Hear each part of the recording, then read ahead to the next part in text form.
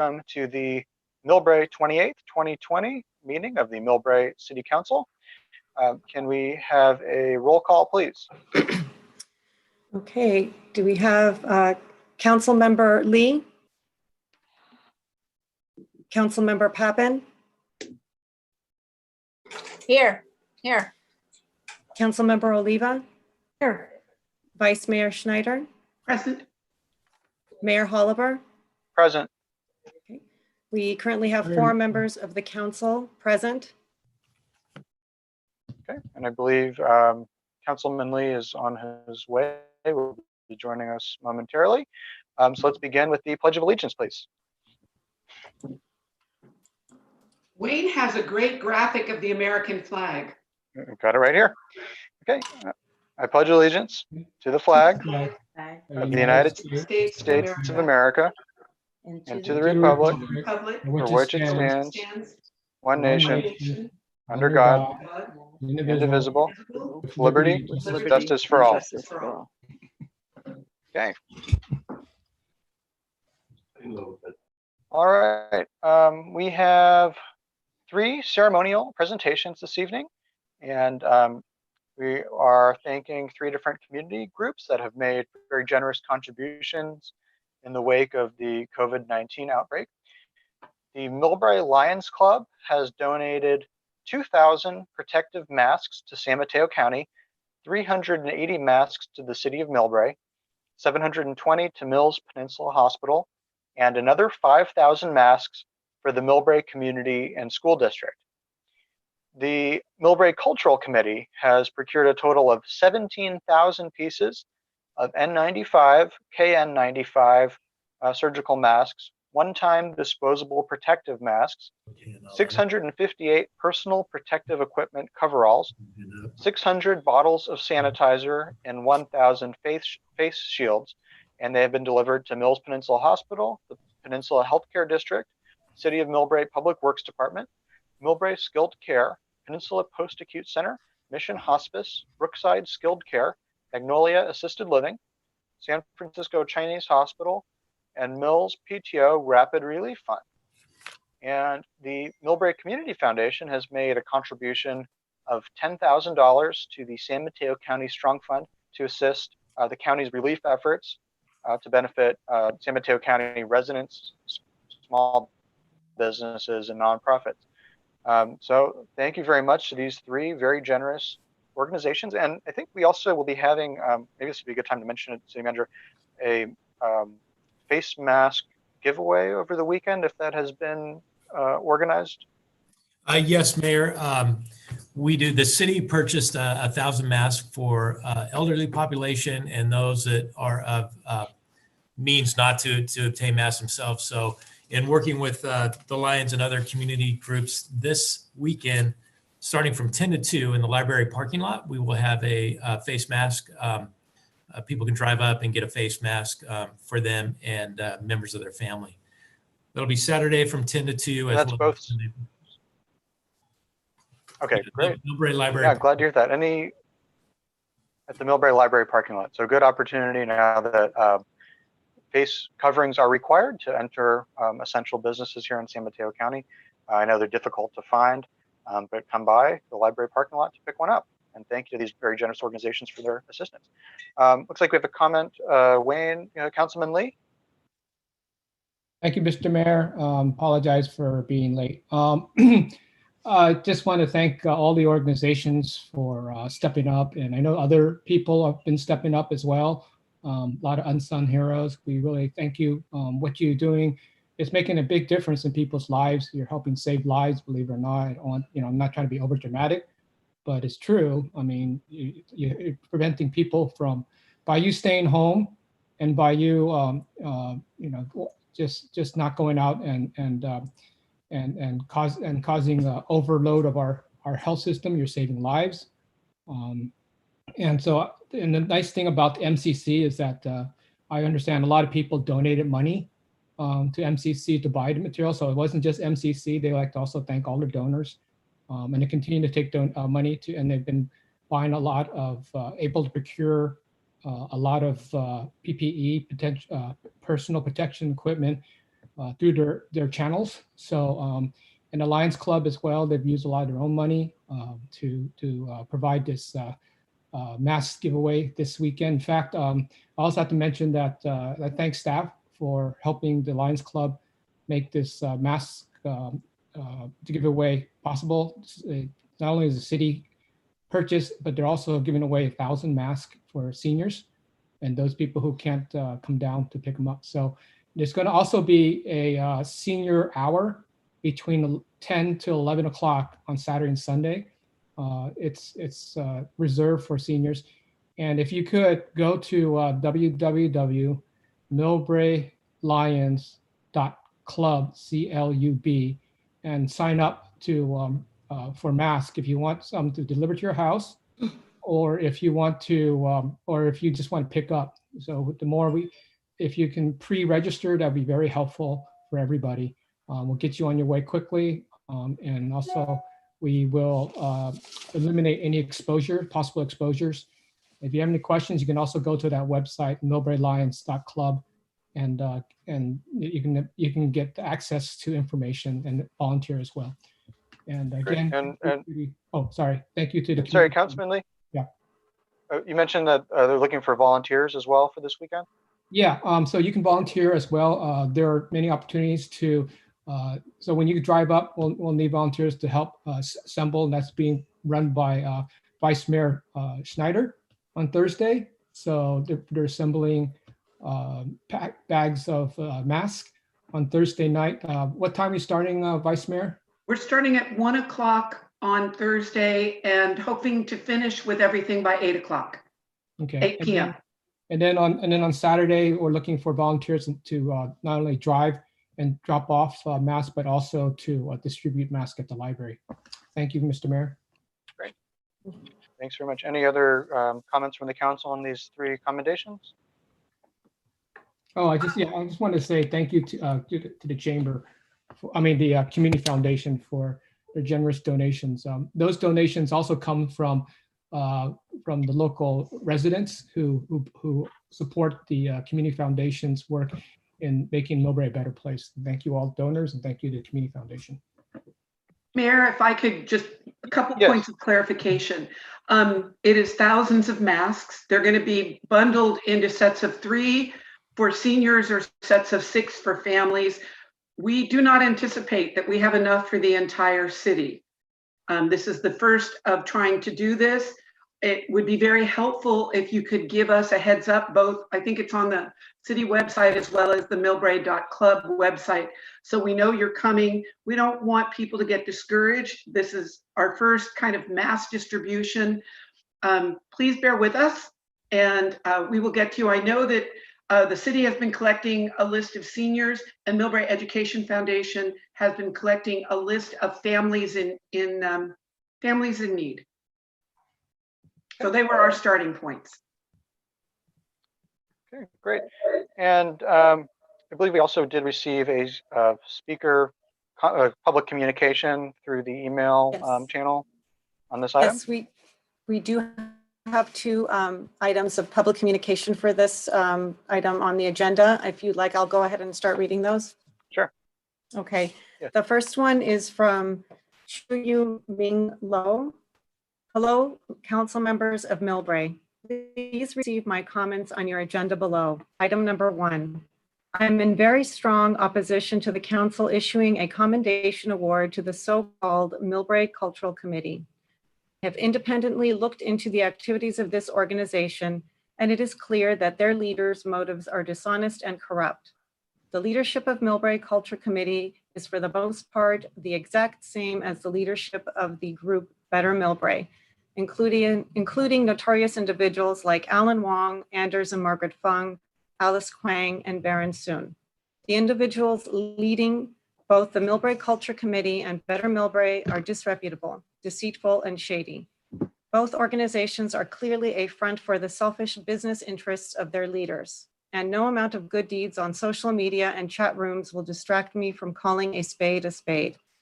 Again, both of these organizations should be investigated, shut down, and condemned, not celebrate.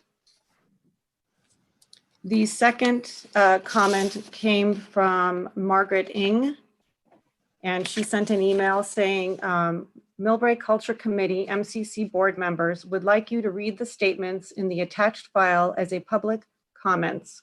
Thank you in advance for your assistance. The attachment is a letter, and it's dated April 28, 2020. Dear Mayor, Vice Mayor, and Councilman, Millbrae Culture Committee, AKA MCC, started the PPE donation project at the beginning of the shelter-in-place order. MCC board members saw major shortages of PPE supplies in local hospitals. MCC board members heard that healthcare workers were very concerned about insufficient protections as they were risking their own lives and saving others. At the same time, MCC board members were also worried about community outbreak as much as such problem will aggravate the medical system. Given these reasons, MCC board approved unanimously to start the PPE donation effort on March 18th, 2020. Board members have worked diligently and relentlessly to accomplish a major milestone in the last 40 days. We have successfully procured numerous PPEs from local suppliers and thus developed a reliable supply chain. Thank you for the outpouring support of our generous donors and the kindness of our community. MCC could not have accomplished this without the community's collaboration. We are truly touched and honored. Going forward, MCC will continue to serve our community. Together, we will be stronger. Regards, MCC board members. That's the end of the public comment for this item. Okay, thank you very much, Ms. Lewis. All right, let's move on to, actually, we have a special presentation. I'd like to go to item 12 next on the agenda because we have, I don't know if it's Sir Don Cecil or Roseanne Faust here from SAMCETA, and they have other meetings to attend virtually this evening. So let's go ahead with the presentation on the SMC Strong and consider the resolution approving an allocation of $100,000 from the general fund to assist Millbrae small businesses as part of the SMC Strong Fund. So, Mr. Cecil or Ms. Faust? Thank you, Mayor Holliber. Don Cecil here with SAMCETA, Vice Mayor Schneider, Council Members Pappen, Lee, and Oliva. Thank you for your time tonight, for your leadership through this crisis. We're going to walk you fairly quickly through this presentation. The San Mateo County Strong Fund was established in the days following the first shelter-in-place order that came out in early March. When we looked around what was happening, the Silicon Valley Community Foundation had responded quite rapidly with a fund that was focused on the 10 Bay Area counties. It was focused on individuals and families, nonprofits, and small businesses. In cooperation with the County Manager's Office, the Board of Supervisors, with SAMCETA, and the Silicon Valley Community Foundation, we felt it was important to create a specific San Mateo County fund so that we could ensure donors the funds that they provided to this would be invested and stay here in San Mateo County. The Board of Supervisors led this effort by making an initial Measure K sales tax fund allocation of $3 million. That was for, you go back, there you go. 1 million was for the 8 core service agencies that provide the emergency funding for individuals and families in San Mateo County. The second $1 million was for the nonprofits, those same 8 core service agencies, as well as 7 homeless shelter providers. This is capacity funding, increased demand, supplies, in some instances, technology so that they can do remote services for their clients. And then the third $1 million was intended for small business grants of up to $10,000. If all grants were $10,000, this $1 million would give about 100 grants to small business owners. What we realized as we were working hard to get this off the ground was the Community Foundation was actually not able to do direct grants to small businesses because of IRS issues. So we quickly pivoted. We established a relationship with the San Mateo, sorry, you can go forward, there you go, with the San Mateo Credit Union, which we'll get into in a minute. On a global level, you've got the Silicon Valley Community Foundation. They have two broad funds that they're raising money into. There's the Regional Response Fund, individuals and families across the 10 counties in the Bay Area region. They also have a regional nonprofit emergency fund, which is focused on supporting nonprofits in both San Mateo and Santa Clara counties. We've established the San Mateo County Strong Fund, which again focuses on individuals and families, nonprofits, and small business grants. We also have cities that have begun participating in the San Mateo County Strong Fund. We'll get into that a little bit later. And of course, we are quite happy that council will consider joining that list of cities to participate in small business grants through the Strong Fund. There's a couple of cities that have also self-implemented. The city of Foster City has self-implemented a grant program. The city of South San Francisco is self-implementing a loan program. The need is so great, we applaud any effort that a city is doing to help its small businesses. Next slide, please. This is a little old, but we want to thank our federal representatives in replenishing the Paycheck Protection Program and also recognizing that there are some tweaks that need to be made to that program in order to ensure that small businesses and smaller lenders are able to participate and support truly small businesses through that. There's money in there for hospitals, as well as money that's in there for testing. Next slide, please.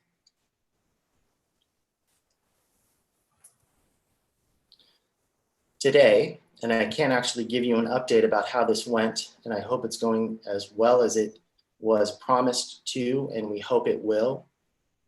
For some time, independent contractors, self-employed individuals, gig economy workers have not been able to access unemployment insurance through the state of California. The Pandemic Unemployment Assistance Program is something that we hope everyone in Millbrae and everyone in San Mateo County is aware opened their portal today to allow for those that otherwise normally don't qualify for state unemployment insurance to access the equivalent of that, plus the additional $600 per week that the CARES Act is offering to them. So we just want to make sure that people are aware of that. You can go back one slide there, forward one. And then we're quite proud of the San Mateo County Strong Fund Small Business Grant Program. We quickly pivoted and we worked with the San Mateo Credit Union. They established a community fund, sort of on the model that the Redwood Credit Union used during the fires in Napa and Sonoma. And what they're able to do is they're able to take funds in. So we had that first $1 million in funding, Measure K funds from the county. We welcome funding from cities and towns. We welcome funding from foundations and large businesses. What we're able to do through the credit union is access a portal that they set up. And that portal launched yesterday, not without a few hiccups and bumps, but I'll give you a little bit more detail about that. We're on a smoother path today. The idea here is to utilize the underwriting capabilities of the San Mateo Credit Union to quickly but efficiently and carefully analyze the applications that come into the Strong Fund from small business owners and get that money out to eligible and qualified businesses as quickly as we can.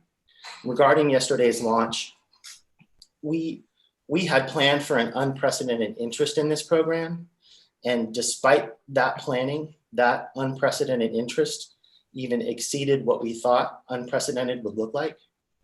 In the 4 hours that the portal was open yesterday, we had over 2,500 people visit the portal and initiate an application process.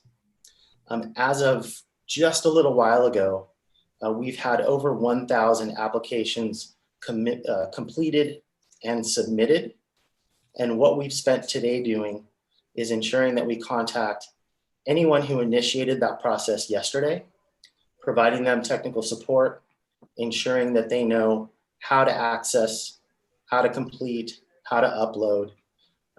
The beauty of the technology, even though we had some hiccups yesterday, is that there was a very specific time stamp at the point in which someone took the first step on the application process. So we are able to go back and ensure no one has lost their place in line. And we're making sure that everyone who wants to complete that application has the support to do that and is able to do that. The other thing we wanted to make sure was that there was not a citizenship requirement for these funds. You had to be able to demonstrate that you were a business of certain categories and eligibility criteria, but it did not have a citizenship requirement. Next slide, please. The eligibility criteria was a for-profit company with at least 2 employees, a current business license, have a presence in San Mateo County, either the equivalent of 10 or fewer full-time employees, or less than 2.5 million in annual gross revenue. Specific to this criteria, we didn't want the 10 or fewer FTE employees to limit some of the downtown businesses, specifically restaurants and others that we know exist up and down the peninsula. So that's why we also consulted with some of the economic development professionals in cities in San Mateo County, and that helped us arrive at that 2.5 million in annual gross revenue. Open at least a year and then be able to demonstrate that loss in revenue due to the COVID shelter in place. Next slide, please. So again, the portal was open for 4 hours. And even part of that time, we had to take it down to account for that demand. Over 2,500 people started the process. We're now over 1,000 completed applications. We will work with everyone in multiple languages of Spanish and Chinese to ensure that they understand how to finish the process. And what we really want to highlight is even at 1,000 completed applications, and they may not all be eligible, but assuming that they are, the $1 million that we have from the county, we're $8 million behind already. And so we knew this was going to be the case. We knew that the demand and the need are so great. And so we are committed through SAMCETA, through every city and all of our partners to save as many businesses as we can. So we're going to continue to fundraise and continue to try and help, especially with the 1-month extension, which will certainly make it harder for some of these businesses who were probably able to hang on and now they need the support even more. Next slide, please. The process, the San Mateo Credit Union and their capable staff of underwriters who are professionals for a living, who take in loan documents and applications and review those for completeness, eligibility, creditworthiness. We're not running credit reports though. I want to make that clear. They will review, they will determine eligible, not eligible based on the criteria. That list will be forwarded to the county for final review, and then the money will be distributed and allocated based on the source of funding. So for the $1 million in Measure K funding, that's distributed by an allocation model based on population. So each city will get a number of potential $10,000 grants based on the percentage of population that they have in the county. Specific to some cities who have given their funds, so the city of Redwood City, Burlingame, San Carlos, and others that we'll have a slide for later, are contributing to the Strong Fund to leverage the back end in the process that we've created, but with the intention that their dollars will support small businesses within the boundaries of their city. And we created it with the expectation that we would have donors who would want to geo-target their support, and we are happy to help them do that. And then we've also created the process so that we have a queue and we will have a queue of qualified applications ready to be funded. One, to demonstrate the need is still out there, and two, to ideally help us with continuing fundraising efforts. And then, of course, the credit union will distribute the fund money to those who have been approved. Next slide, please. So city participation to date, I think, this really is indicative of who and what San Mateo County is. We've got, as you see, $500,000 from Burlingame, $15,000 Colma, $75,000 just approved last night in Daly City, $300,000 in Redwood City. They were the first city council to make the approval. $112,000 from San Carlos and $400,000 from San Mateo. And so just in that list alone, the cities have stepped up, matched, and even exceeded that $1 million from the county and Measure K funds. There's an upcoming presentation in Atherton. Roseanne Faust is presenting tonight in Woodside. And then we have presentations which include the city of Millbrae there on the right. Next slide, please. We had what we hoped was an aggressive and comprehensive outreach and awareness program to generate applications.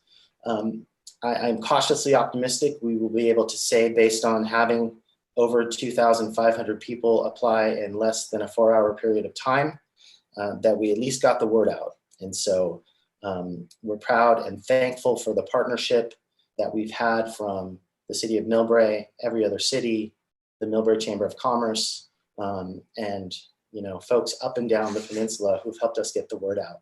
Next slide, please. And really, we are at a point where the underwriting process will start with the credit union. They will begin to determine eligibility for those applications that have come in. We will be able to stretch the dollars from the county and the dollars from our cities to fund as many grants as possible. We will still have hundreds of eligible grant applications that we need to find money to help fund. So we are quickly pivoting from a fundraising effort that we were trying to do in between putting this all together in about 40 days to really try to get as aggressive as we can with fundraising. And the way we think about it is every $10,000 we can raise is 1 or 2 businesses that we can save. Next slide, please. And there we are at the end. I'm happy to answer any questions. Okay, thank you very much, Mr. Cecil. We have, let's see, Vice Mayor Schneider, comment? Hi, thank you. And thank you for the presentation, and the staff report was nice and clear. I'm fully in support of this, and I understand there isn't enough money. Millbrae, as it's more diverse than we think, but I'm just curious if, let's say money goes out to a handful of Millbrae businesses, will they all be in the same business? Or is there a way to see that we, at the end of this, we can keep a range of businesses alive? And it probably can't be because it's based on first come, first serve. I'm just curious. So it is an interesting question, and we set it up because we needed to figure out how to distribute the money from the county first. We did set it up as a first come, first serve. But what happens when a city puts up money to supplement what the county allocation gives you? I mean, for instance, it looks like your allocation of Measure K funding is going to get you maybe about, if the grants were the full $10,000, you're just shy of $30,000 in that Measure K allocation. So that's 3 potential grants. The $100,000, should council choose to approve that tonight, on average is another 10 grants.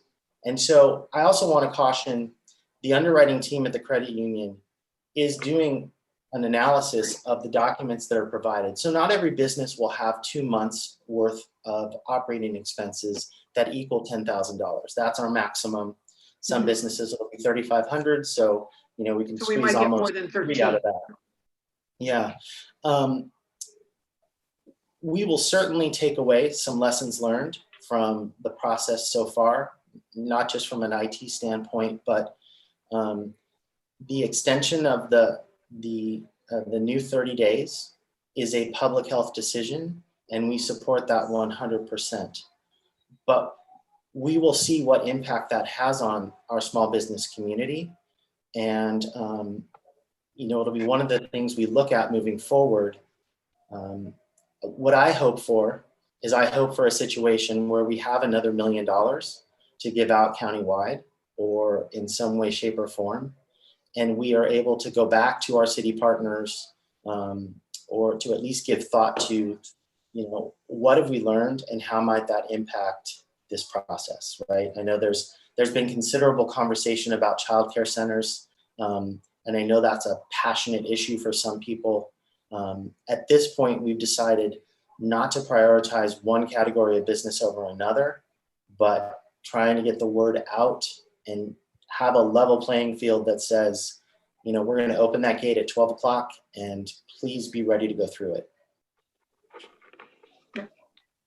And Vice Mayor, you were fading in and out of your background there. I don't know how to fix that. I just figured I'll be a ghost today. It might be better to remove the background, but okay, Councilwoman Pappen. Yes, thank you, Mr. Mayor, and thank you, Mr. Cecil, and everything that Samsita is doing. Really an amazing time, and you guys have stepped up in an amazing way. So thank you very much. I personally have given to San Mateo County Strong here. So for future contributions, say a Millbrae resident wants to give and specifically designate, are they able to do that? I might have missed that. I'm sorry. Yes, they are. And actually, before I answer that question, I was remiss because I had a big star next to it and I missed it. The Millbrae Community Foundation was one of the first donors to the San Mateo County Strong Fund with that $10,000. And that was amazing. It was certainly maybe solicited by one of you, but not solicited by one of us. And when I got that email and took that phone call, it really was special. So we want to thank the Millbrae Community Foundation for stepping up in such a big way so early. If you go to the smcstrong.org website and you click on donate, there is a drop-down option where you can select individuals and families, nonprofits, small business. And if you don't select any of them, then your gift is basically unrestricted. Because the small business grant program is so specific, we are actually, in the instance that someone wants to support small businesses, directing them to make that contribution to the San Mateo Credit Union Community Fund. And so to the extent that anyone wants to know that, I can provide information to City Manager Williams or to the city clerk about how to make that contribution. We're also working on them having the ability to take credit card payments as well. Well, once again, the community foundation, Millbrae's Community Foundation, I really believe did this on their own. And we are so proud of the group stepping up almost immediately to help aid everyone throughout this process. So we as a council want to thank them as well.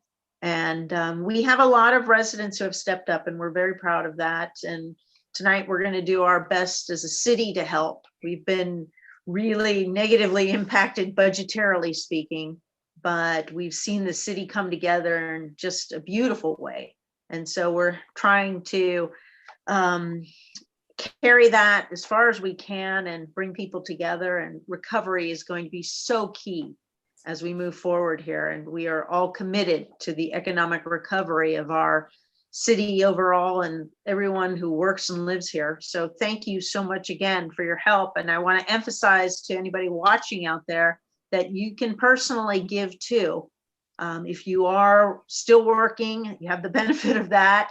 Some of us, the essential jobs just don't stop, but we want to give back to the community, and this is the perfect way to do it. So thank you, Mr. Cecil, you, Roseanne, everybody. You guys are doing it for a small group. Sam Cita's doing an amazing job, And so is the county for that matter. So thank you again. And Mr. Cecil, to follow up on that question, I know there also was a $3 million contribution from the Peninsula Healthcare District and a number of corporate contributions as well. How are those being added into the pot and allocated? Sure. So, Mayor Holliber, to the extent that I know little about the healthcare district contributions, those two contributions from both of the two healthcare districts did not go through the Strong Fund, and I don't believe they went through the Community Foundation. I believe those were contributions to the county of possibly goods or, specifically earmarked dollars for, I think, the COVID relief. In the instance that I think we've seen where a company like Google has made a $10,000 contribution, Amgen has made a large contribution split between San Mateo and Santa Clara counties. Gilead made that amazing $1 million contribution. Those funds, if they go through the Community Foundation, have to sort of work their way through a process, and then they come back to the county for allocation and distribution, which is why, in partnership with the Community Foundation, because they are doing amazing work, in the instance that someone absolutely knows they want to support small businesses, we want to take that money, divert it to the San Mateo Credit Union Community Fund. Otherwise, the dollars will go through the Silicon Valley Community Fund. Then they will come back to the Board of Supervisors as it literally gets wired transferred, in, so to speak, for distribution. Thank you. Okay, Councilwoman Oliva? Thank you, Dawn. I just want to say that I am so grateful for the help that SAMCITA has done coming forward. As a small business, it's not really how hard you fall, how quick you get up. And that with the aid, not just the help, but the aid, because aid is necessary. Help is when you want to help. And the aid that came forward, I am very, very grateful, because really in Millbrae, that's what we're made of. We're made of small businesses. We are not the Googles. We are not the Facebooks. We are not the big business people. We are the small business people. And I think I might be your third vote to say this is wonderful, but I want to show my graciousness and say thank you so much for you and Roseanne for coming forward with the county and putting this together and making it user friendly. That's the key. Technology, that's not in our best interest for any of us, but who would have ever thought? But getting the publicity out and letting people know how to use it has been amazing. So I thank you very much from the bottom of my heart. Thank you very much. Thank you. And Councilman Lee?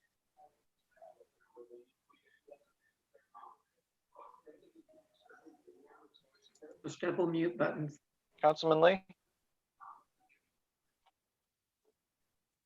Hey, Mr. Mayor, sorry, thank you, Mr. Mayor. No problem. I just want to also, I don't want to reiterate, I want to reiterate, I'm not going to say again, but I want to just agree with my colleagues that SAMCITA has put this together very quickly, has made an impact and continues to make an impact. Also, the fact that there's also a lot of links that if you're a small business or if you're looking for help, if you're an individual looking for help, SAMCITA's website, smcstrong.org, has helpful links that can help you out. And they also have translation services. They were one of the first to put translation services. And given that, Mr. Mayor, I'd like to motion to approve number 9, or the $100,000 grant to SAMCITA. I'd like Item to second. Okay. Item number 12. Item number 12. Thank you. Item number 12. I believe we did have a speaker slip on this item. Yes. Yeah, public comment, at least one. Yes, we do have a couple of, or a few speaker slips on this item, so I'll go ahead and read them. The first one is from Yo-Yo Shui.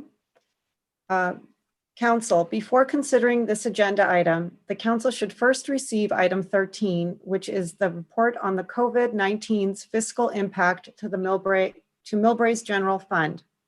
The report details a $4 million hit to the general fund revenues.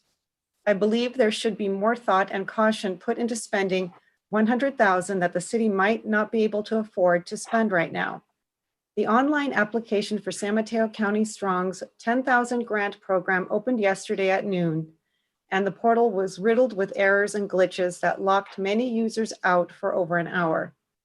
Many desperate business owners missed out on the opportunity to receive grant money in this first come, first served system.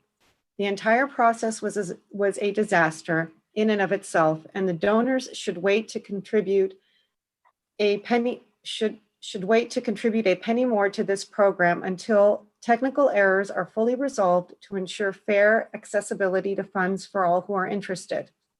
The staff report says that the city will, quote, realize a return on the investment by keeping our local economy healthy, end quote.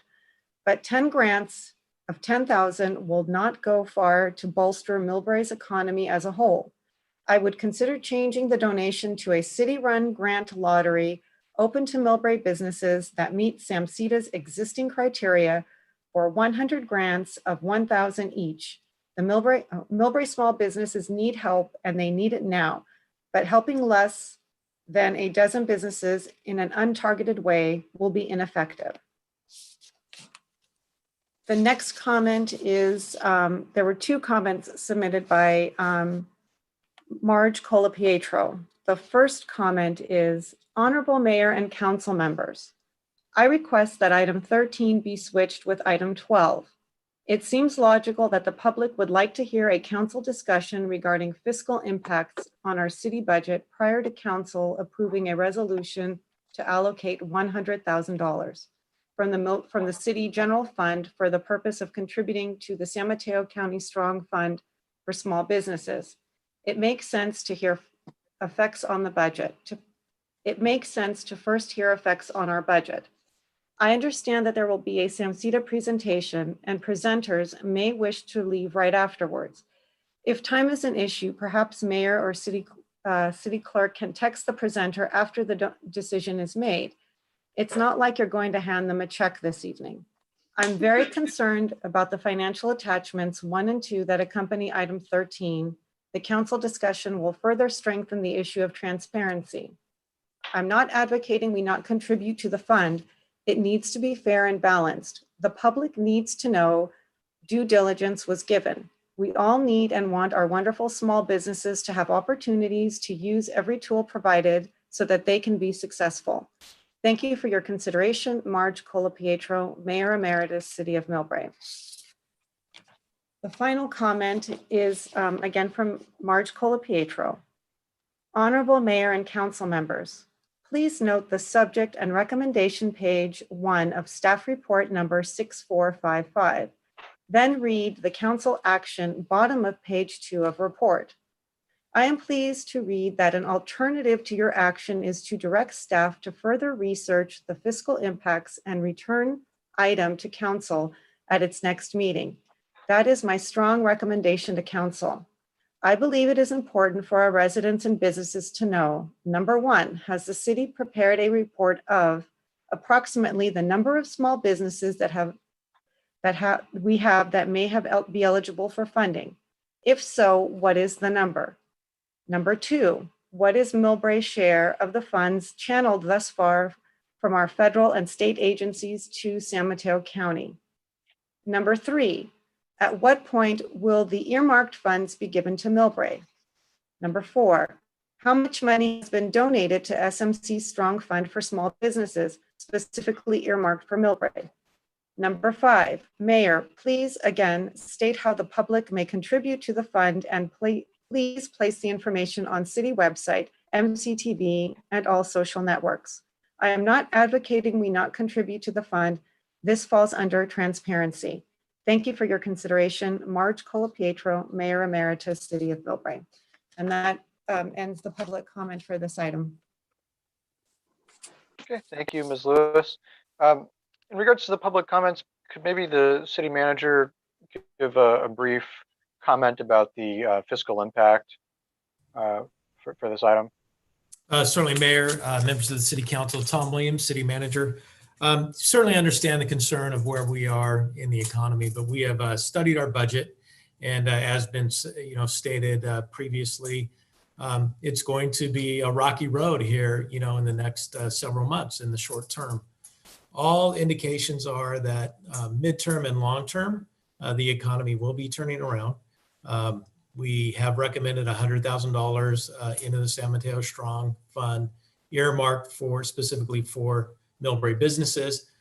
Those are businesses that have net revenues of $2.5 million or less.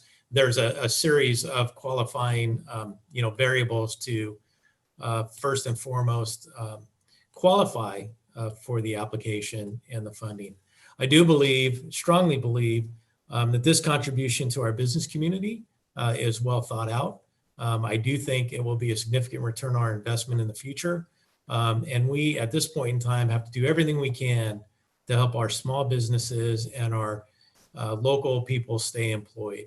And I disagree with the comments of the speaker that we will get a significant return on our investment by keeping our people employed and our businesses open.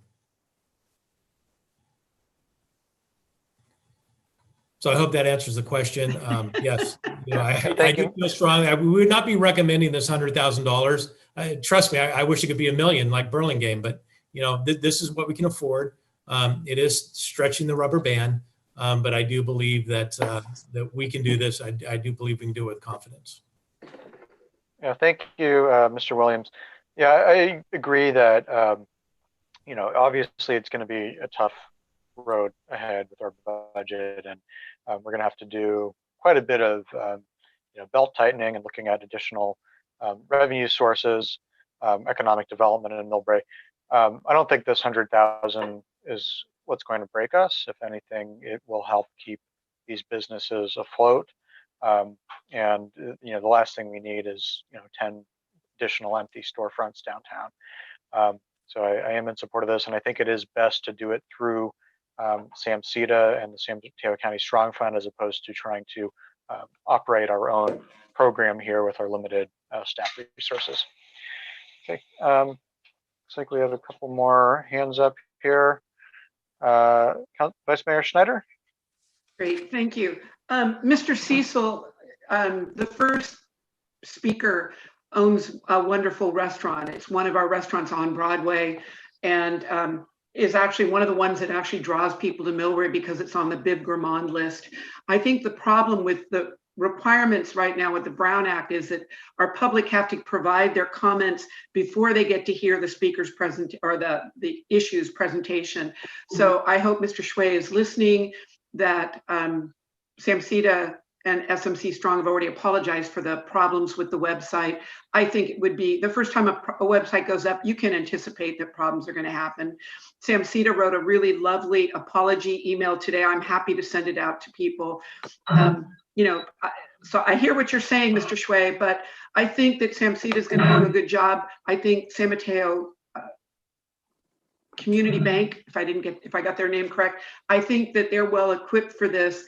And the quicker we can turn this out, I think, like you, I'd hate to see all 10 or 13 of Millbrae's grants go to gas stations, as an example. Not complaining about gas stations, just 13 to gas stations, as opposed to some to restaurants, some to salons, some to whatever. I have one question.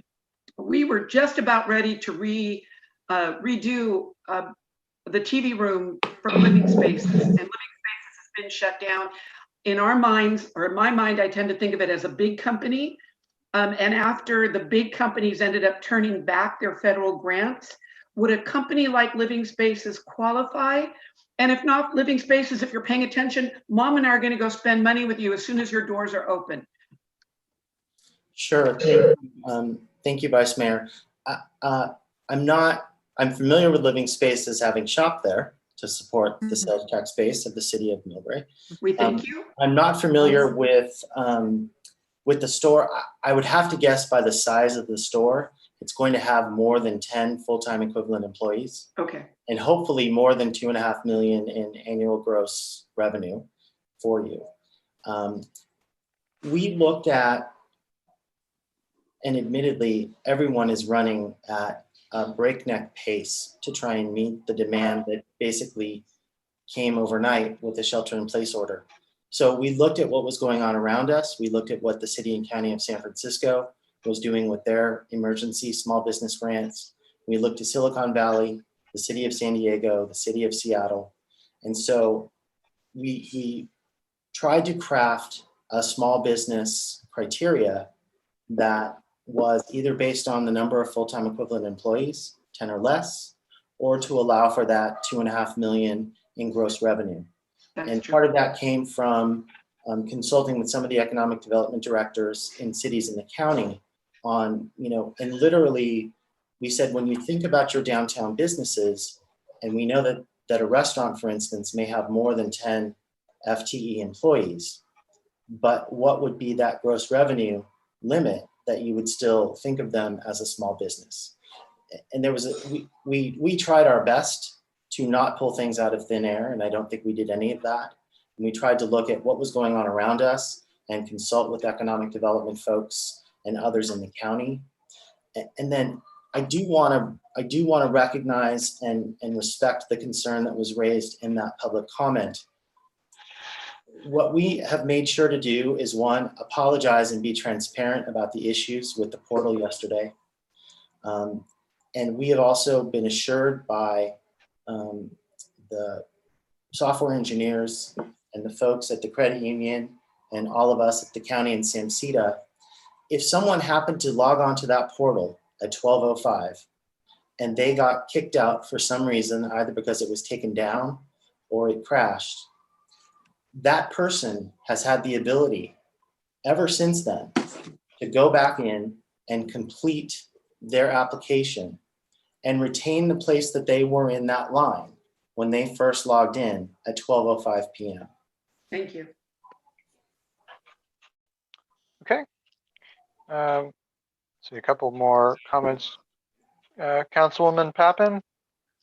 I think Mr. Cecil addressed the concerns that were brought up by the speaker regarding the website, and I'm confident moving forward here. I also respect former Mayor Colapietro's position. I think we are going to discuss too in that other item, as far as transparency goes, the reserve funds that the city of Millbrae has just for, sadly, such emergencies. But I do believe, as the city manager said, reinvesting in our companies, restaurants in and of themselves are the second largest employers in the United States, and yet they're the ones who have been impacted the most here. They're really a staple of the community and the culture, and really hardworking people. So we're hoping that we can reinvest in our future and really get people back to work as quickly as possible. That's our goal, and as safely as possible. So I think this is a good way to go about it. Again, I appreciate all the comments about transparency. We're going to get there, but I do think that this is a good investment in the future of Millbrae, and the sooner we get back to work, the better. Thank you. Okay, Councilman Lee? Thank you, Mr. Mayor. I thank you, staff, and I'm sure Mr. Mayor had something to do with this too. It's one of the things that if you're going to make money, you have to invest. If you're running a restaurant, you have to invest in equipment, stoves, chairs, tables, food. You have to invest, and that's one of the things that I've always had a frustration with in the city in the past. Is that a lot of times whenever it come into a recession, we've always looked for ways to cut and tax. So this is one way we never really invested. So if you run a business, you have to invest, and also you have to take a risk. But I think that our city manager has taken the time to do the analysis to figure out what we can do. I was very skeptical that we could do anything at all, but I'm glad we're going to make some sort of, they found a way that we're going to reinvest in our community, and we thank SAMCETA for being that instrument and agreeing to be that instrument. Thank you. And also I call for the question. Okay. Do we need a new motion, or we have Motion already on the table? No, we I already don't have know who you got as to call second. for the question. Call for the vote. Okay. We have a motion and a second. Yes. We do. May I ask who made the second? A bunch of us, I think. Everybody all at All right, once. got it. Okay, I'll do the We have roll a call. roll call vote, please. Yes. Councilmember Lee, Aye. Councilmember Pappen, Aye. Councilmember Oliva, Aye. Vice Mayor Schneider, Aye. Mayor Holliver. Aye. Okay, the resolution approving the allocation of $100,000 from the city general fund to assist Millbrae small businesses address the negative economic impacts resulting from COVID-19 pandemic is unanimously adopted. Okay, thank you. And thank you, Mr. Sewell, for joining us this evening and for all your hard work on this program. Thank you. All right, we will move ahead to move back now to item 2, the agenda overview and staff briefing. Mr. Williams?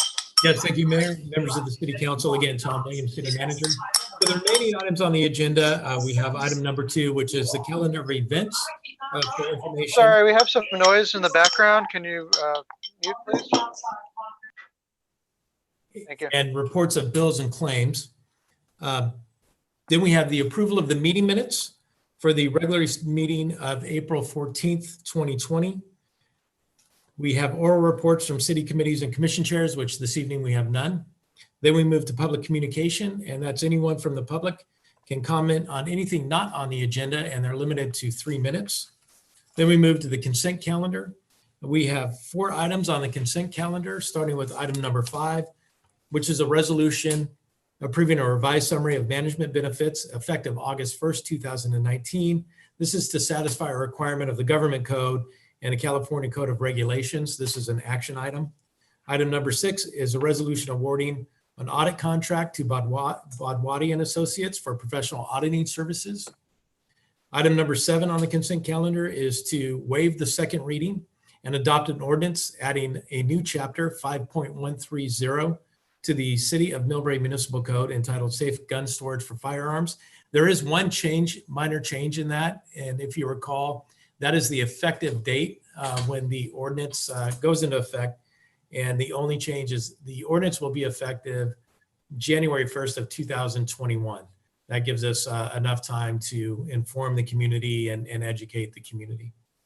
Item number 8 is a resolution authorizing the city manager to execute program supplemental agreement number F011 to administer agency state agreements for the federal AIDS project number 04-5299F15. Then we move forward to public hearing. We have one public hearing item on the agenda this evening, and that's item number 9. And it's a public hearing on the issuance of tax exempt bonds for the Gateway at Millbrae Apartments and resolution approving the issuance of bonds. Mr. Mayor, you may want to consider moving this item up to the front. I know it's a public hearing item, but we have several people out in the audience that are online for this particular item. After the public hearing, move to existing business. Item number 10 is the selection of the city flag. Item number 11 is to receive an informational update on the Millbrae Recreation Center restoration project. Then moving to new business, we just heard item number 12. So we move to item number 13, which is to receive a report regarding the fiscal impact of the COVID-19 pandemic on the general fund for this current fiscal year, 2019-20. And then hear the process moving forward for budget adoption for fiscal year 2021. After that, we have council comments. And after council comments, we will adjourn the meeting, and the meeting will be adjourned in memory of Mr. George Habib. So Mr. Mayor, if I could move forward with just a quick city manager's update. Sure. Yes.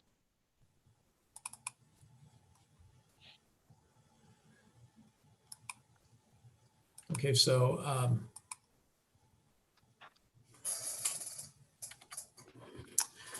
as you know, the current shelter-in-place stay-at-home order remains in effect through May 3rd, 2020. We're anticipating in the next couple of days a new order to be released by the county health officer. There's a little bit of a teaser press release that came out a couple of days ago. So we're anxiously awaiting as to what that order will, all the details of that order. Once we have that, we'll present that out to the community and get that published. Just real quick, there's 1,099 current cases in San Mateo County and 48 deaths. We've had a few requests about specific cases in the city of Millbrae. The county health officer has taken the position that they would rather just announce cases countywide and not get into specific city cases at this point in time. So going on to the second bullet, we remain, social distancing remains into effect when in public places. It's important to stay 6 feet away from other people, limit travel to within 5 miles of your primary residence, and certainly, avoid crowds as much as possible when you do have to visit an essential service. As of April 17th, face coverings are required when in public. And as we mentioned, we do have an inventory of face masks for seniors and those without sufficient means to obtain. People over 65 or with limited means can sign up for a mask at the address on the bottom of the screen at http://bit.ly/Millbrae mask. And also the coordination with the Millbrae Lions Club and others for mask giveaway at the library parking lot this Saturday and Sunday from 10 a.m. to 2 p.m. Also, I just wanted to update city essential services continue. Our crews are doing a great job out in the field with water, sewer, storm drain maintenance, park maintenance, landscape maintenance. So just want to acknowledge them and appreciate the great work that our crews are doing out there every single day to keep Millbrae healthy and looking good and operational. You can refer to the City of Millbrae website for all COVID-19 information, or the San Mateo County website. That's San Mateo County COVID-19. And also the 211 information line is operational. I encourage people with any questions to contact the county resources at 211. And then also earlier this morning, the San Mateo County Board of Supervisors adopted an urgency ordinance prohibiting rent increases in San Mateo County for 30 days. I'd like to hand it over to City Attorney Joan Castman to provide a little bit further information on exactly what that urgency ordinance means. And this is one that the Board of Supervisors adopted, but it also not only covers the unincorporated county area, but all of the cities within San Mateo County. Yes. Good evening, everyone. I miss you. Good to see you all. I wanted to report on the ordinance moratorium that was passed by our San Mateo County Board of Supervisors earlier today. I think there was interest given the extension and the anticipated further extension of our shelter-in-place orders. There was desire to provide more protection for residential tenants who have been affected by COVID-19 pandemic. So what this ordinance does, as Tom mentioned, it covers Millbrae, it covers all of the county, all of the cities in the unincorporated area in the county of San Mateo. It is an ordinance that precludes or provides an opportunity for residential tenants who have been negatively affected by COVID-19 to seek kind of a moratorium or a suspension or delay of any rent increase that may be noticed by the landowner while the orders of shelter in place are in effect. So this order will go through May 31st, 2020, which is what we anticipate the extension of the order tomorrow. As your city manager mentioned, the shelter in place, we assume, will be taking us through the end of May, and this ordinance gives us kind of a preview that that is going to be the case. So as of today, when the moratorium went into effect, if a landlord of a residential property wants to increase rent now, anytime now through May 31st, that landlord is required to give with the notice of the intent to increase rent, a second notice that the landlord must entertain consideration of a tenant's hardship to pay any increase in rent as a result of being sick, as a result of anyone in the household having lost employment or livelihood as a result of COVID. And if they can present a case to the landlord that they have been affected economically in a negative manner by COVID, they are relieved of paying the rent increase until the shelter-in-place orders have been completed and are no longer in effect. So this is an order, as I said, to protect protect tenants of residential property from increases that are attempted to be implemented during the stay in shelter-in-place orders. And as I said, there's a process that's required by the landlord to give notice to the tenant and an opportunity for the tenant to say, I can't pay this increase, and to postpone it. After the shelter-in-place order, the landlord can attempt to re-implement the increased rent by issuing new notices. But during the period of the shelter-in-place, if an appropriate case can be made that a residential tenant is suffering economically or physically from a health and medical standpoint from COVID-19, that tenant is relieved of the increase that the landlord attempts to put in place during the shelter-in-place orders. That's it. If there's questions, happy to try to answer them. This is brand new. I just read about it this morning, but it did go through unanimously. It's got the full support of your Board of Supervisors, and it covers the entire county. Thank you, Joan. So to move on, I'd like to bring to your attention, yesterday in the early afternoon, we had a structure fire in the 1000 block of Hemlock Avenue. And I think this is one of the first major structure fires that we've had in several years, actually. 52 residents have been displaced as the entire apartment building has been closed. The Red Cross was called in to provide shelter for everyone that's displaced, and now they're working on interim housing solutions. But I wanted to just commend the great work of our public safety. CCFD was on site. It was a 3-alarm fire. San Bruno Fire Department and South City Fire Department aided in the knockdown of the fire. They had it all contained within just about 30 minutes. Also of note, I'd like to thank, of course, Chief Barron and the BC that was on duty and the crews for just a great job.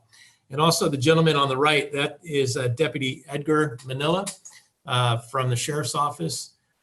This gentleman really needs a special commendation. You can see that he went in and he helped this mom rescue 2 children that were in the burning building. After he did that, he realized that there were 2 seniors that remained in the building, and Deputy Manila went back into the building and helped rescue 2 seniors yesterday. He had smoke inhalation, spent the night in the hospital. He was released today about noon, and he's doing well. So special commendation to Deputy Manila, San Mateo Sheriff's Office, and the great work of CCFD and our partner fire departments in the surrounding cities. So this could have really gotten out of control. It was a hot day, it was windy, and I wanted to acknowledge the terrific job that our public safety crews have done. And so thank them very, very much. And then just very quickly, some of the great things that we've been doing. The art show was a huge success. Over 60 entries. There were close to 100 entries, actually. Had a great turnout. It's online that people can view some of the local artists. There's a lot of talent out there. We've also launched 11 new virtual classes. They begin tomorrow. There's fun stuff on like how to be a spy, some art classes, some language classes, fitness classes. So I encourage everyone to check it out and participate. because there's some really neat things out there that as people are sheltering in place, they can take advantage of it. Our senior wellness check and social call program is doing exceptionally well. We have a total of 30 participants, 12 seniors on wellness checks that the sheriff's office is going out and providing those wellness checks. And we have 18 that signed up for social calls that the local Rotary Club has volunteered to make phone calls and just reach out and talk and communicate to 18 of our seniors that are desirous of having good communication and phone calls. And to sign up, you can visit our city webpage, our recreation services link and website. The lunch program is continuing for all elementary and middle school age children at Lomita Park School. They provide a breakfast and a lunch. And anyone that hasn't signed up that's in the school district, Millbrae School District, can go to their website and sign up, or just go to Lomita Park during the morning hours.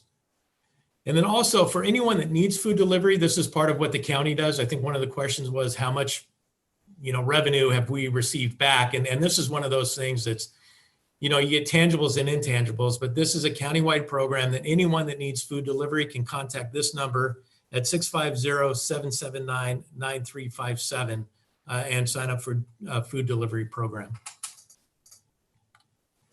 And then lastly, we don't want to forget about the census. The census is still on. If you go down to the 5th bullet point, final postcards have been mailed. The Census Bureau is looking for responses from now through May 28th. So everybody get your census card turned in. It's extremely important, as we've said, that everyone be counted. That's how we get a lot of funding from the federal government and state government. So extremely important. So please don't forget to participate in the census. All the information is confidential by law. It can't be distributed to any other governmental agency or any private sector agency. So, Mr. Mayor, with that concludes my report this evening, unless there are any questions. I would recommend, because of the attorneys that are on the line and people that are waiting for public hearing item number 9, you may want to consider taking that item now. Okay, thank you, Mr. Williams. Councilman Lee? Yeah, I agree. Let's move up item number 9. We have to be, the clock's running. And then also, I just want to again commend our fire department, and is it Deputy Emmanuel? Manila, Deputy Manila. And Mr. Mayor, I would hope that we would do something special, special combination for our deputy. And also as a thank our staff and Rotary Club for taking care of our seniors. They're the most vulnerable part of our population. Thank you. Okay, thank you, Mr. Lee. Okay, if there is consensus, is the consensus to move to item 9 before general public communication in the consent calendar? And item number 3, Mr. Mayor, the approval of the meeting minutes. Okay, let's do the meeting minutes since we're here right now. Motion I had to one. approve. Okay, I had Oh, one sorry. minor correction that I submitted to Sorry, the city Mayor. clerk earlier today that I hope has been included. It was just regarding the meeting held by Senator Hill that was on April 6th. It wasn't the day before the previous council meeting. Okay, so if that is okay to make the include that in the motion, can we have a roll call vote, please? Councilmember Lee, Aye. Councilmember Pappen, Aye. Councilmember Oliva, Aye. Vice Mayor Schneider, Aye. Mayor Holliver. Aye. The motion to approve the April 14th meeting minutes with the change as requested by Mayor Holliver have been approved unanimously. Okay, thank you. Let's move on to item number 9. Do we have a presentation or a report of some sort? We do, in fact, have a brief presentation. Let me see if I can share my screen. Got it. Oh, somebody else is on it already. It looks like somebody else is sharing a screen. So. I did, Elisa, this is Keelan. Okay, okay. Yep, I just share my screen, so go right ahead. Thank you. You can click away. I'll do the talking and you can do the clicking, but you might want to maximize it. Get rid of the. So thank you, Elisa Tierney, Economic Development and Housing Manager. Yeah, you got it. And tonight is a public hearing on the core veterans preference multi-family affordable housing project as part of TOD2. And this is a Tax Equity and Fiscal Responsibility Act, known as TEFRA, public hearing on the issuance of bonds by the California Statewide Communities Development Authority for the core housing project. Next slide. Mr. Mayor, I don't mean to interrupt. Yes. We officially open the hearing so we can have the hearing include this wonderful Okay. presentation. Yes, Motion the to public open hearing is open. Okay, thank you. Sorry about that. Sorry to interrupt. Thank you. Yeah, no, thank you. Okay, so there are a couple of actions. All right, I'll try that. Sorry, Go I ahead. didn't catch that, but okay. Couple of actions the council is taking tonight or will consider taking. One is, can we go forward to the second slide? Much better. Okay, right, there we go. The council needs to approve basically the California Statewide Community Development Authority as the outside entity coming in to issue the bonds. Since it's within the jurisdiction, your jurisdiction as the city council, you need to approve that action. Again, this action is required because the project is located within the jurisdictional authority of the city. Can we go back to that slide? The one previously? No, the slide that I was just on talking. Now you're on the third slide. So can we go back? There you go. Go back. There's just a ghost in the system, that's all. Sorry about You know that. what? You have it on slideshow, and it's automatically, you're gonna have to stop it, and there's a manual click in there. Otherwise, I will do that. maybe, yeah. So are you wanting this slide or you want me to go to the next slide? I want you to go to the second slide. Which is this one? Yes, perfect. Okay, so again, the action is required because the project is located within the jurisdiction of the city. Oh, all right. And again, Okay. there's no fiscal impact to the city, and I think that needs to be made clear that the council's action. I'm just going to talk for mine at this point because I can't follow what's bouncing around on the screen. The TEFRA hearing is required. Again, there's no fiscal impact on the city. We are not issuing bonds. It has nothing to do with our credit worthiness or any financial impact at all. The TEFRA hearing is simply required to receive the public comment on the issuance of bonds by the outside agency for this 80 unit rental housing project that is a veterans preference housing. And so the last item on that is to consider a resolution allowing for the issuance of these state exempt bonds by the CSCDA in an amount up to $40 million for the benefit of core affordable housing for the veterans preference housing project as part of the Gateway at Millbrae Station. Okay. Next slide. So yeah, next slide. Thank you. So in spring, a couple of things happened in the spring of 2018. San Mateo County took action to award 1.5 million in Measure K funds for the core project. And then subsequent to that, they awarded an additional about 620,000. And that was in January of 2019. Also in the spring of 2018, you took action to approve the development agreement, entitlements, and other things, as you well know, for the Gateway and Millbrae Station. And that included this core housing project.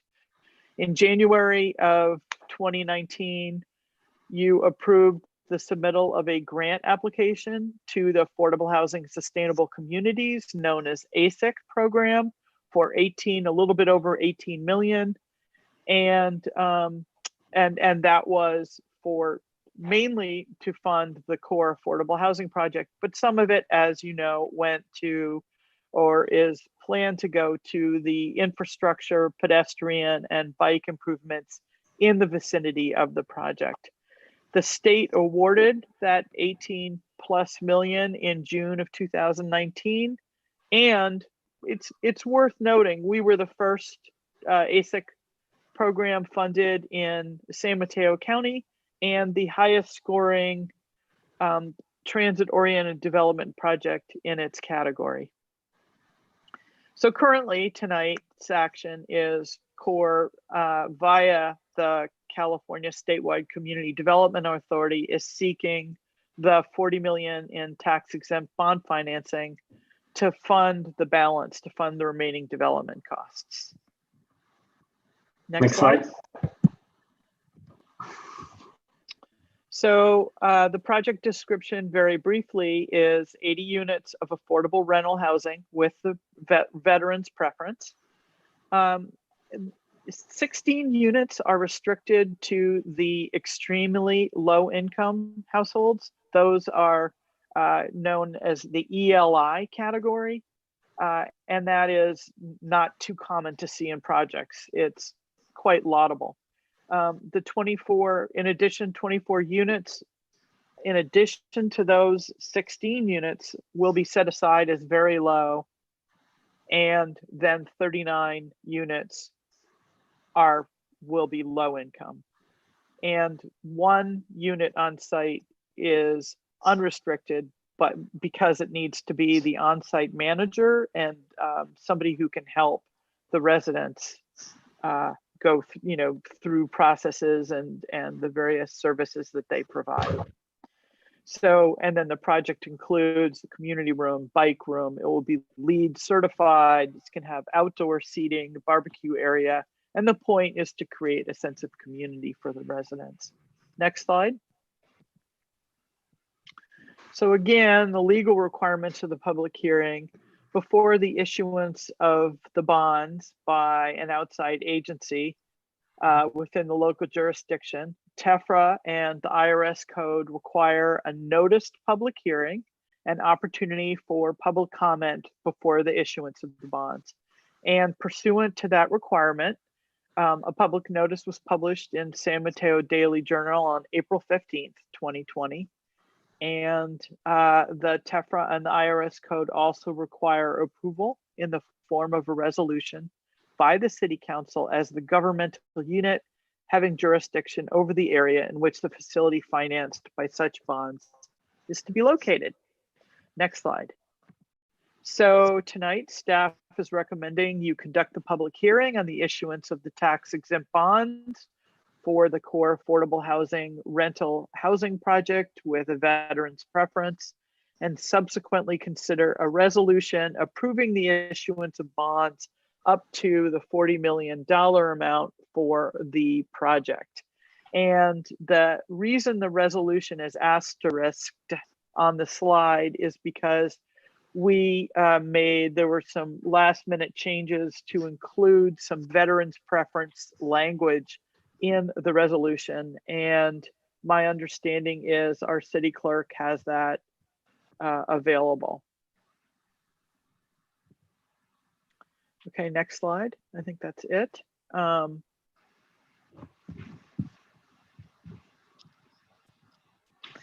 So if there are any questions, also know that Vince Cantori, the Vice President of Core Housing on the development side, is available, as is his team, to answer questions if you have specific questions about the project.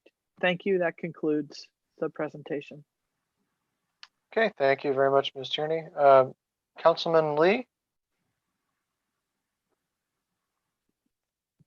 Do you have a comment or a question? Councilman Lee? Maybe that was from the previous agenda item. Vice Mayor Schneider?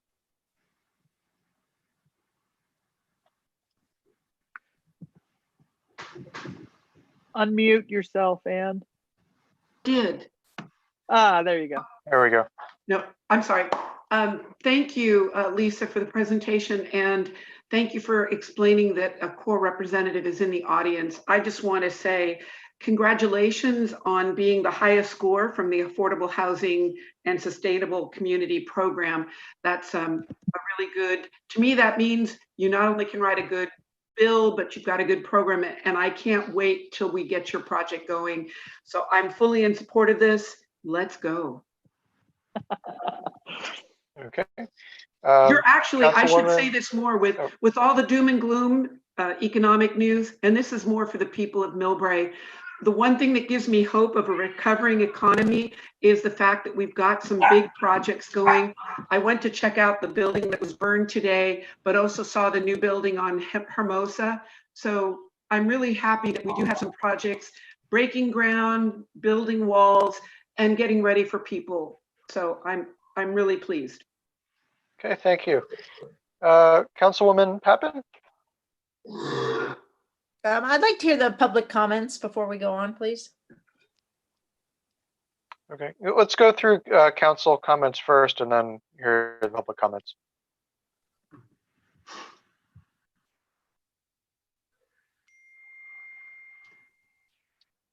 Okay, well, all right, let's listen to Mayor- the public comment. Mayor, if I may, Yes, we have a telephone line, a toll-free telephone line set up. I just called Lawrence on the phone, and we have received no public comments on this item so far. But I want to refer to City Clerk to see if we have received any written comments prior to our council meeting at 7 p.m. tonight. There have been no written comments received for this item. Okay, the Okay. phone line is still open, and so far no one has called in to express any public comments on this item. okay, so we're monitoring to see if there's anybody calling in. Correct. Yeah, there's a toll-free number that is scheduled. It's separate from this, from the Zoom call. Correct. That is part of the IRS requirement. Okay, great, thank you. So Councilwoman Oliva? I just want to say, at least that was a great presentation. It's a very complicated process, and you made it seem very, very simple. And to the city of Millbrae, the fiscal impact is absolutely nothing, yet what we're doing for our county, and like Councilmember Schneider said at this time, is huge. So thank you for the presentation, and I'm looking forward as well to the progress on the project. And Councilwoman, you may want to fix your lighting as well. We can't see you, very dark on the screen. If I turn the lights on, Mayor, my dogs will bark. So I'm sitting here in the dark a little bit. Okay. All right, and Councilwoman Pappen?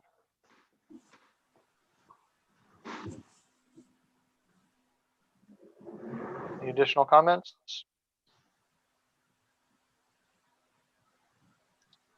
Okay, hearing none. Do we have a Wait, motion? hold on, Oh, hold go ahead. on, wait a Yeah, minute. go ahead. Something came up, muted, unmuted. Who's doing what there? Question to the core housing representative. Are they there? Yes, Vince Hello. is here in the audience. Vince. Hello. Okay. Yes, hi. Can you tell me, is this the only standalone project that you are seeking this type of bond for? Actually, no. Good question. In this funding cycle, I'm actually working on 2 tax credit applications. Obviously, the project that we're discussing right now. And then I have a project in Santa Clara County that's going through a similar funding cycle as well. Okay. I really had a problem looking at the original agenda item because it was not as presented as approved by the council, which was specifically veterans preference. And that's what the council had voted on. I'm glad to see that that has been corrected. I want to be clear that, hold on, somebody keeps inferring here. That's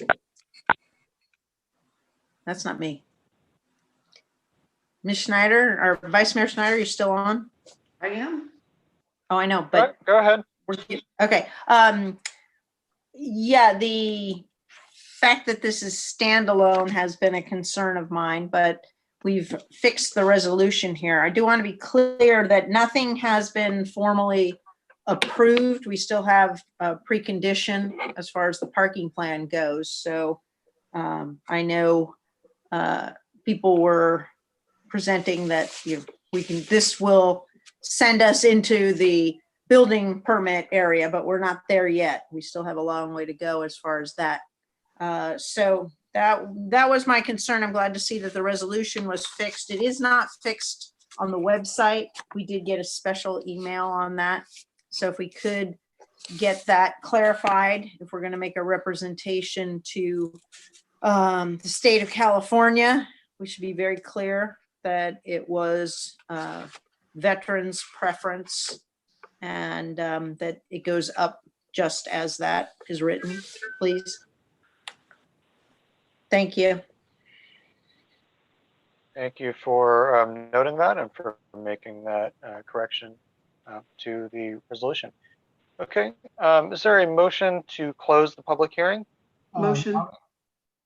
I'll second that, but I have a question for Mr. Ratty. Oh, I'm sorry. Councilman Lee? Yeah, I'll second that, but I was wondering if Mr. Ratty, are you still on listening on the call? I have a question for him. Yes, this is Kelly Arardi with Republic. Yeah, thank you for participating. Good evening. When do you plan to break ground on this project? I'll defer that answer to Vince because he's the project manager. I think he'll have a better answer for you than I will. Thank you for the question. Thanks, Kelly. Yeah, so basically in terms of next steps for this process, we need to be making our application submittal. The deadline for the submittal is May 15th. If we are successfully awarded tax credit financing, we would hear back from TCAC in probably about the mid-August timeframe. And then from the date of the award, we would need to be in a position to break ground within 6 months. And so we're targeting going vertical with our construction in the December-January timeframe. Why I asked is because if I was calculating, if possible, maybe we can break ground on Veterans Day and really have a great celebration. Appreciate the comment. If there's a way to do it, we'll try and do it. Definitely appreciate the comment. All right, thank you. And just as a reminder, there are requirements within the development agreement that set the timetable for how the different components of the development break ground and are finished in a timely manner. Okay, so we have a motion from Vice Mayor Schneider and a second from Councilman Lee to close the public hearing. Can we do a roll call vote, please? Councilmember Lee, Aye. Councilmember Pappen, Aye. Councilmember Oliva, Aye. Vice Mayor Schneider, Aye. Mayor Holliber. Aye. The public hearing is closed. Okay, do we have a motion to approve? I'd like to make a motion to approve. Waive the Second. first reading. Waive the first reading. Well, it's not an ordinance, so we don't have to waive any readings. Okay. That's right. This is Yeah, a just motion to resolution. approve. Yeah. Okay. Thank you. Okay, so motion from Councilman Lee and a second from Vice Mayor Schneider. Roll call vote, please. Councilmember Lee, Aye. Councilmember Pappen, Just for clarification, because it didn't get on the website, so as amended, Correct. thank you. Aye. Councilmember Oliva, Aye. Vice Mayor Schneider, Aye. Mayor Holliber. Aye. The resolution approving the issuance by the California Statewide Communities Development Authority of exempt multifamily housing revenue bonds for the Gateway at Millbrae Apartments with the revision to include language stating veterans preference in the resolution is unanimously approved. Okay, thank you. All right, moving back on the agenda, we'll go to public communication for items that are not on this evening's agenda. And Ms. Lewis, can you read the comments that came in? Yes, we have 3 items of public communication. The first item is from Lou Sandrini. Honorable Mayor Holliber, and I say honorable with a tongue in cheek because there is absolutely no honor in the way you are trashing your oath of office and the public trust by refusing to discuss with me a serious problem with City Manager Tom Williams's honesty and conduct on a city business issue. You have ignored my several requests to discuss this for weeks. Mr. Williams reports to you. It is your duty and obligation to properly address the documented allegations I have presented. You have done nothing to ensure accountability. Some information you report Mr. Williams gave you for your understanding is false. Telling me to talk to Mr. Williams, who is the problem, is ridiculous. Are you so naive and inexperienced in executive management that you believe me talking to him, your subordinate, is a viable method for resolving the problem when he, that is Tom Williams, is the problems? If you are, then you are way over your head as mayor.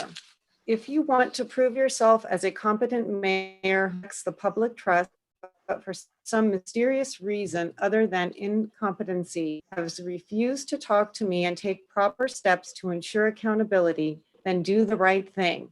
As I have heard it said before, you can do better, so get off your you-know-what. Vice Mayor Schneider, maybe you should help the mayor. What do you think? Stay well, Lou Sandrini. The second item of public comment is from Yo-Yo Shui. I would like to express my sincere appreciation for our city clerk, Elena Suazo. Her day-to-day hard work behind the scenes keeps our city running smoothly, and I have relied on the clerk's office as a point of contact for City Hall numerous times. I was saddened to hear that Elena will be retiring at the end of this week. I hope you will join me in extending our very best wishes to her for her upcoming retirement at the end of this week.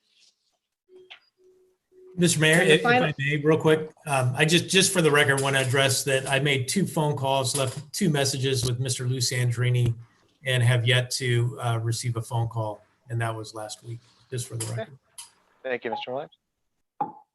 Okay, and the final piece of public communication comes from Michael O'Connell, a Millbrae resident. Council members, I'm letting you know that the abrupt termination without cause or due process of building inspector plan checker Tanya Benedict was a cowardly act of retaliation.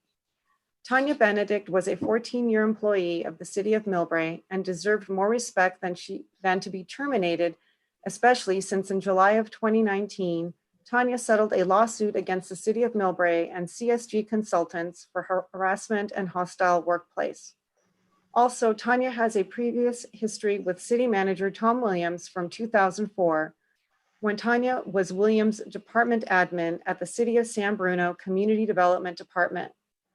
Tanya's complaint to the City of San Bruno management regarding Williams' behavior led to Tom Williams' employment with the City of San Bruno to unceremoniously end after 10 months. Tanya's termination from Millbrae is a direct act of retaliation for her providing the information that led to Williams' departure. If anyone at the City of Millbrae should be unceremoniously terminated, it should be Tom Williams. You choose not to believe what transpired in Milpitas prior to hiring Williams as Millbrae City Manager. Maybe you'll believe it now. Mike O'Connell, Millbrae resident. And that is the end of public communication. Mr. Mayor, if I may, this is Key Lim, the interim community Yes. development director. I'd like to address the comments from Mr. O'Connell. I just want to clarify that Mr. O'Connell is the husband of former employee Tanya Benedict, and it was my decision to reorganize the department by eliminating that position. And also that Mr. O'Connell showed up at City Hall a couple of times, standing in front of the building counter, try to intimidate building staff employee at the counter. And thank you.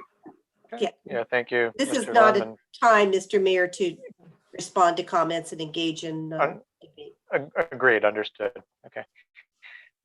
Thank you. Let's move on to the consent calendar. We have 4 items on the consent calendar, items 5, 6, 7, and 8. I had one brief question about item 6, but happy to. I want to make a motion to approve the consent calendar except for item 6. Second. Oh, no, give it to Annie. No worries. Okay. Can we have a roll call vote, please? Okay. Okay, Councilmember Lee, Aye. Councilmember Pappen, Aye. Councilmember Oliva, Aye. Vice Mayor Schneider, Aye. Mayor Holliber. Aye. Consent calendar items 5, 7, and 8 are unanimously approved. Okay. A question about item 6, and this is a recollection from many years ago, that it was considered a best practice to change auditors every 3 years.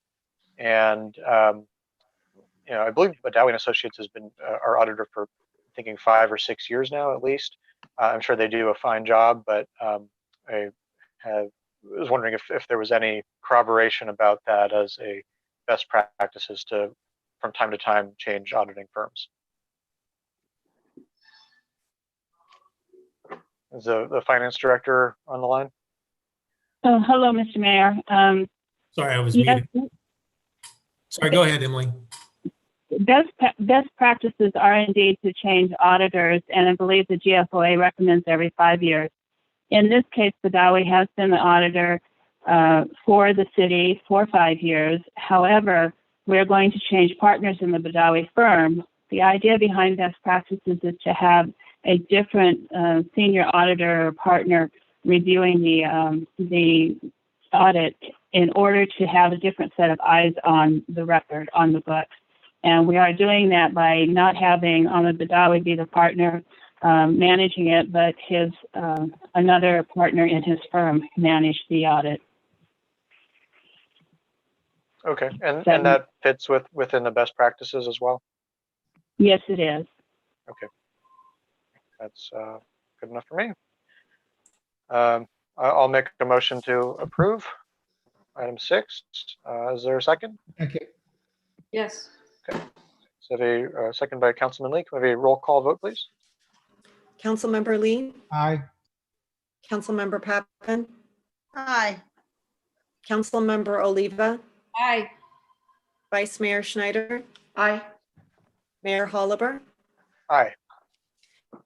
Resolution awarding an auditing contract to Badawi & Associates for professional auditing services is approved unanimously. Okay, very good. Let's move now. Let's see, finish the consent calendar as well as the public hearing. So now on to item number 10, the selection of the city flag. All right. Good evening, Mr. Mayor, member of the City Council, Key Lim, Interim Community Development Director. So tonight, I will be talking to all of you about city flag. So back in October 22nd, 2019, staff brought. Mr. Mayor, yes. can I through the chair here? Key, can you, yes, for our viewing audience, can you blow this up in the presentation format so it's a little bit larger on the screen for people? Yes, I got this as big as I can get them on my screen already. Okay, thank you. Is it visible? Is that visible to all of you? I can see it. it's visible. Okay. They're a little small, but it's visible. So these are the two flags that we introduced to City Council back in October 22nd, 2019, at which time City Council directed staff to go ahead and commence a public campaign to invite our Millbrae residents to submit their flag design. So we have done so in January. We published a little, if you will, a little flag design competition to our social media consultant, Tran Sunahara. And we have since received 9 entries, actually. And I'm gonna run through the 9 entries with you very quickly.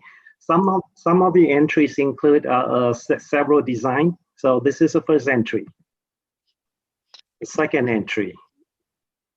The third entry. The fourth, which consists of 3 designs. And the 5th entry. That's entry number 6. Entry number 7, which have multiple design, entry number 8, and entry number 9. So we have got a lot of options here to choose from. So we brought all the entries to the Cultural Arts Advisory Committee on February 10, 2020, and they narrow it down to 3 options, with the one on the left being the first preference, the second one, and the third one on the right. And then again on February 24th, we brought the entries to the Sister City Commission, and this is their selection. The one on the left-hand side being the number 1 preference, number 2, and number 3. As you could see, a couple of them are overlapping with the cultural arts. This is a cultural arts, and this is the Sister City. And the Sister City actually has one comment. They really like design number 2. Except they like the background to be a white background rather than a beige or golden background. So with that, we'd like to have a discussion with the City Council and officially select a city flag.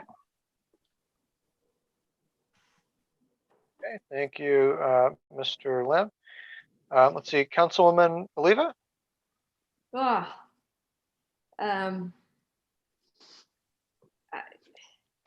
think I know it's a tough decision.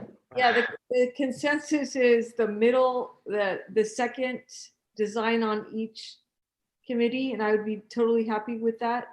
If I had my first choice, I would probably be on the cultural arts side of things and take the first choice, but I am open and proud, and I will wave it wherever we can, and be happy with it. So, okay. Okay. Councilwoman Pappen? Thank you, Mr. Mayor. Thank you to everyone who participated in this process, by the way, from all age groups. It was just fantastic to see people participating. So thank you, each and every person. And if we could actually thank the individuals who participated online, that would be great, because they took the time out to do this. I would be curious, I'm not, the middle one that was described by both, I would like to see that in a white background as well. And I don't know why we get so muted in the colors. I mean, the American flag has a bona fide red. If we're gonna use red, let's use it. It always seems to come out muted, and I don't know why we do that. So this is a Sister City Commission selection. This is a cultural arts selection, the top 3. okay, so yeah, I get the middle one, but you said that they had suggested seeing it in a white background, or? For the middle one, that is correct, from the Sister City Commission. They suggest that they would like to see the second design in a white background rather than the golden beige background. You mean the center one? Correct, Number yes. 2. Number 2, yes. Okay, yeah, I would like to see that as well. And I would like to see a more dramatic red, or whatever the prominent color is supposed to be. It just looks a little muted here. Did they talk about anything like a trim around it, or no? I guess we're supposed to keep it as simple. Okay, that's my only comments there, please. Thank you, Mr. Mayor. So you prefer to see that in the middle one in the white background? And I'd love to see it in a more dramatic sort of red. Okay, got it. That's just my thoughts. Thank you. We can highlight Mr. the red. Yes, definitely. Yeah, I think I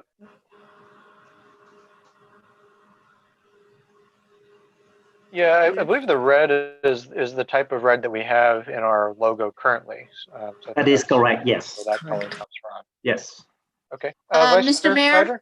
wait, sorry, Mr. Mayor, sorry, final comment here. I think sure. this presentation Yes. started with a picture of the flag poles out front of City Hall. So from a reference point of view, if you've got the California flag, which really has a bona fide red color, and you've got the American flag, red, white, and blue, I think to be consistent, we should be a little more dramatic in our reds and stop going this muted color. That's just an opinion. Thank you, sir. Thank you. Okay, Vice Mayor Schneider? Hi. I agree with Councilwoman Pappen. I'm looking at the middle one, the one that came in second place twice. And to me, this is the first time that the symbol really looks Art Deco, and I like Art Deco. I think the color, the actual color should match what our branded color is, but I think what Gina's asking for is let's kick up the intensity of the color. So it's the same color, but it's more intense on that. I also thought about putting a border on it. You know, I think I've gotten used to the fact that it's gold. If we're going back to what Councilman Pappen said, and you're looking at the 3 flagpoles in front of the Chet Cootie room, you've got the red, white, and blue flag. You've got the state flag, which, correct me if I'm wrong, but it's on a white background. And then ours, if we stay gold, we will look different, especially when these flags are not out at full, not fully furled. I'm not sure what the right word is. So I could go with the all gold. I agree with the brighter color. And I actually really now like that symbol. I've never seen the little deco part before. Now I see it behind Councilwoman Oliva. So good work to everybody. And yeah, I like the idea of putting everybody's names on the website. Great, thank you. Okay. I believe we had a couple of public comments about this item. Yes, Mayor, we have 2 public comments for this item. The first public comment is from Stephen Green.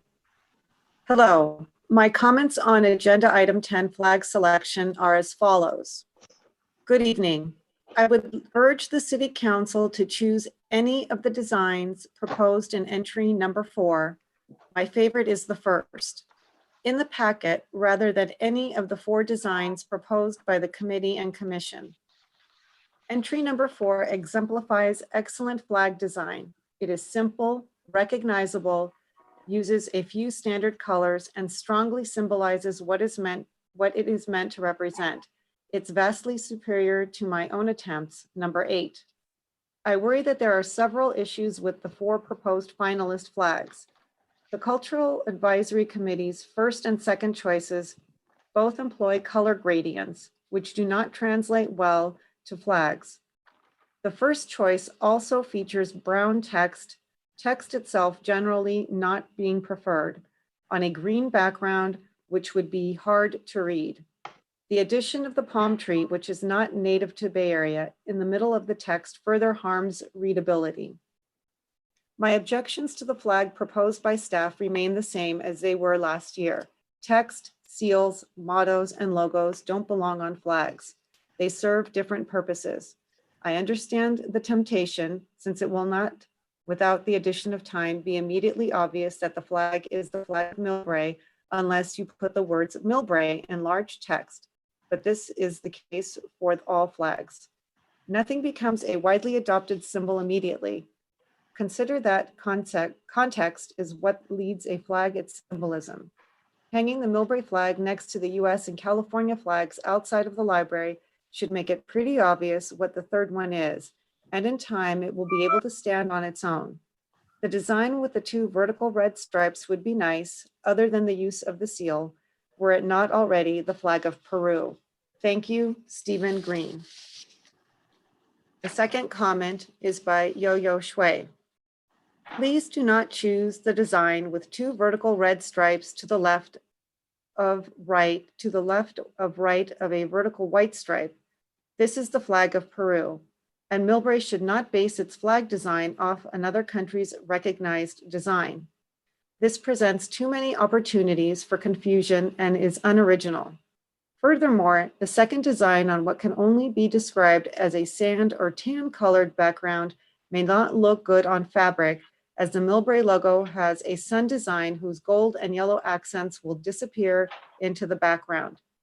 It is therefore recommended that the flag have a white background. Any flag design should be clear and not contain an excessive amount of text or text of the same size or font.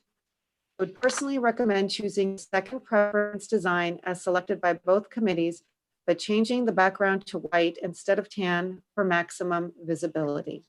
And this is the end of the public comment for this item. Okay, thank you, Ms. Lewis. Okay. Mr. Mayor, Councilman Lee. Ms. Pappen, do you have something to say? Yeah, could we see that number 4 again? Yes. Since it was referenced, please.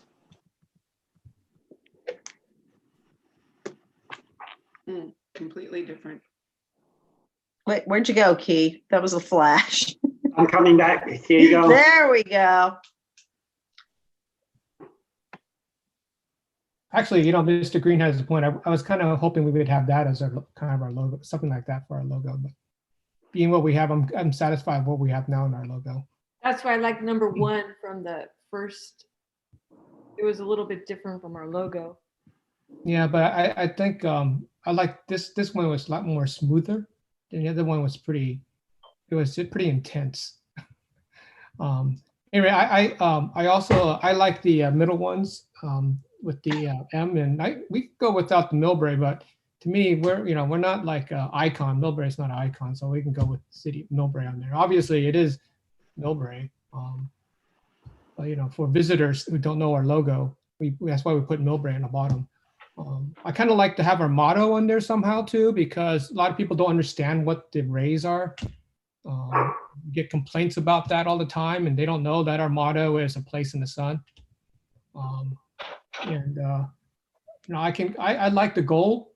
I kind of sway with Vice Mayor Schneider here. I like the whole gold background, but if you have to have it white, I can live with that. But I like to work in our motto in there, because I really think that the people don't know what our motto is.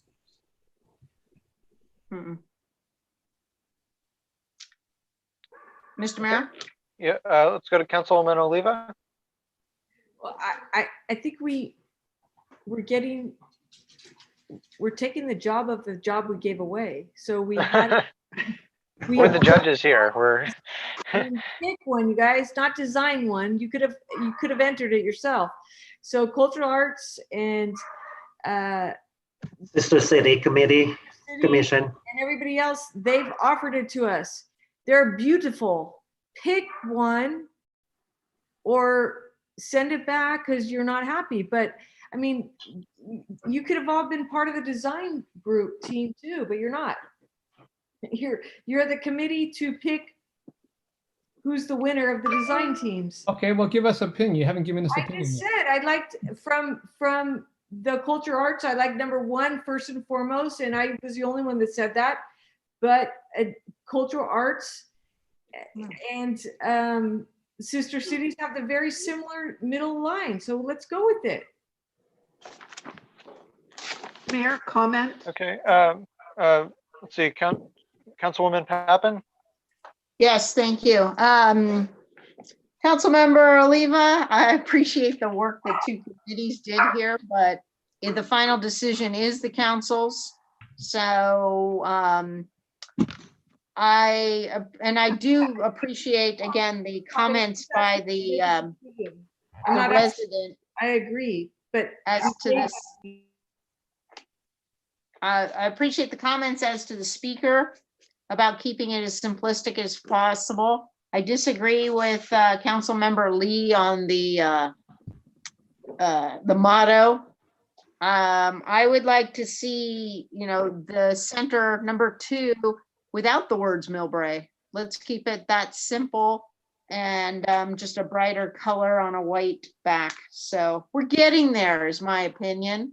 And I think if we're going to make the investment here, let's try to keep the basic design that was approved here, but let's make it more of a statement and more simplistic. Thank you. Okay, Vice Mayor Schneider? Yeah, this kind of, am I muted? I'm unmuted. No, go ahead. This is for Councilman Lee. One of the things where I've seen the flag comes in helpful, it's not just hanging on our flagpoles, it's when we do any sister city or friendship city exchanges. It seems very traditional to carry the small version of the flags with it. So I understand that it would be great for our sister cities and others to know what our motto is, but I think that can be done on the other gifts that are exchanged at that time. And in fact, we've already got the pins that we hand out that have right now the M's. I think we've run out of the traditional city seal. So I think there's room for all of that. And maybe there's a different gift exchange that might make use of the motto on that. As far as with Councilman Pappen, I think what she's saying is come back to us one more time, show us basically the middle choice with a white background and with or without the word Millbrae, and then we do a vote at that time. I am asking for a more dramatic red as well. You know, I You'd think like that. Like to see that before we make the formal investment. I would go along with that.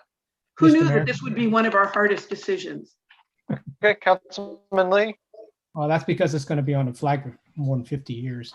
I think that red also, it depends on, you know, it's on the screen. So I think if you look at the red behind Councilwoman Oliva, you know, and her logo, it's brighter. So it really depends on where, and am I right, and how it's presented. So we could go for a brighter red, but I'm not sure if it's being correctly presented on the screen either. Yeah, I think technically it's intensity. Councilwoman Oliva, is it on the outside of the round red circle? Is that white? Yes. Okay, so that gives us an idea of what the flag would look like. I'd be happy with the white. I think it's like number one on the left Background side. logo that was actually sent to me by Council Member Lee for the county meetings. So he might be able to send it to all you.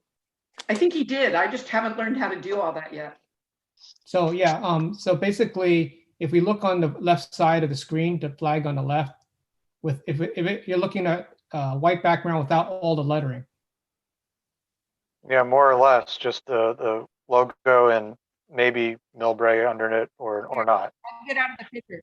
You know, I'm going to point out the fact that every time staff brings us something like this and we argue the intensity and stuff, I mean, just go with the red from the American flag and let's see what that looks like, because none of it seems to match this. If you put up an American flag right next to this now, we're going to still look muted. It's just for some reason we get a presentation that always, oh, well, it's not quite that muted. I mean, let's just see how it looks if we're sticking with the traditional red, white, and blue here. Let's get that red. I don't know what the problem is. I don't know. I kind of like the because it kind of goes with the whole gold background. You make it. I don't know. Well, I think more than that, Councilman Lee, this is the color that the previous city council took when you were branding that new logo. You picked a maroon color that's a very specific color, and it's on all our signs now. Exactly. Yeah, I agree with that. I mean, I think, you know, if we're going to more or less use the same city logo, I think we need to be consistent and not, you know, have a slightly different type of red than what we already are using in our logo. Well, I will say when we went to use the current color. I will say when the logo was presented to us, I asked for the same, a brighter red, and it came back this muted thing. So I tried back when as well. Well, if we're asking this to come back, I don't see why we can't have both options to really. I can vote for number 2 right now. Both. To Council Member Schneider's point, and Gina, you were on council as well when we voted for what we have now for all the logos. This is Mills red. This is the Mills colors right here. Mills High School colors. And that's how the previous council chose the colors, so that they would be reflective of our high school? No, I think there was four, No, no, not but there was necessarily. four No. of us on council here and we all picked this same red, or it all passed with the same red. I like the red. I don't have a problem with it. I just think we can beef up the intensity. The question is, my question to everybody is, are they okay with the white background or with the gold? I like the gold background. For clarification, I'm not willing to vote on something unless we can see the options. Correct. I think we're trying to narrow down. I think we the have. I options. think we're on number 2, and we're just asking for right now 2 or 3 variances of that to take a look at. Okay, all right. Look, one with that white background, one as it is, and one without the Millbrae. The Millbrae. In white, right? In white? Or is it 4 options? Then we have four iterations. So basically 4 options, with and without Millbrae, and white and gold backgrounds. Right. Yes. Okay. And I don't know if it would be more, I don't know how much this would cost, but if it would be useful to actually have the 4 flags actually printed, because it would look different on fabric than it does on our, and I'm sure it looks different on each of our computer screens right now, but it might be worth having them on a fabric if we're going to eventually pick one. Yeah, that's a good point. To see it really in it's. And what it might look with the sun behind it. Yeah. Yeah, The Mr. real Mayor, sun. we can see about getting some mock-ups of the Ford. You know what they say? Run it up the flagpole. And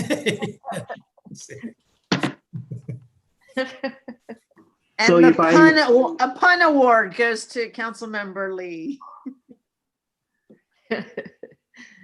So if I may, Mr. Mayor, Keelan. So Yes. staff will bring back the 4 markup versions of the second design on the screen right now. And the first one will be exactly like what we see right now. The second one will be on the white background. And then we'll repeat that without the words Millbrae on the gold background. And then the last one will be without the words Millbrae on the white background. And I'm gonna try to bring out the red color that we use in our branding logo and use that type of red and then print them out either on the sheets of paper or photo sheets of paper or some sort of fabrics. And I will figure out how to get that done. Okay. All right. Yeah, I think that is a good idea. And I don't know if it would be worth also just hiring a graphic designer for a couple hours to knock these out, or if it could be done in-house. Okay. If that's not too expensive. Okay, we'll try it in-house first to see how Okay. successful we are with the 4 options. And then we'll come back to the council at a future date. Okay, that sounds good. All right. Thanks, everyone, for that lively discussion. And let's move on to item number 11, the Millbrae Recreation Center project informational update. Jane Cow here, Public Works. Let me share my screen.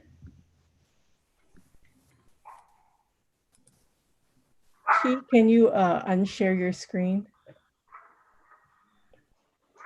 Thank you.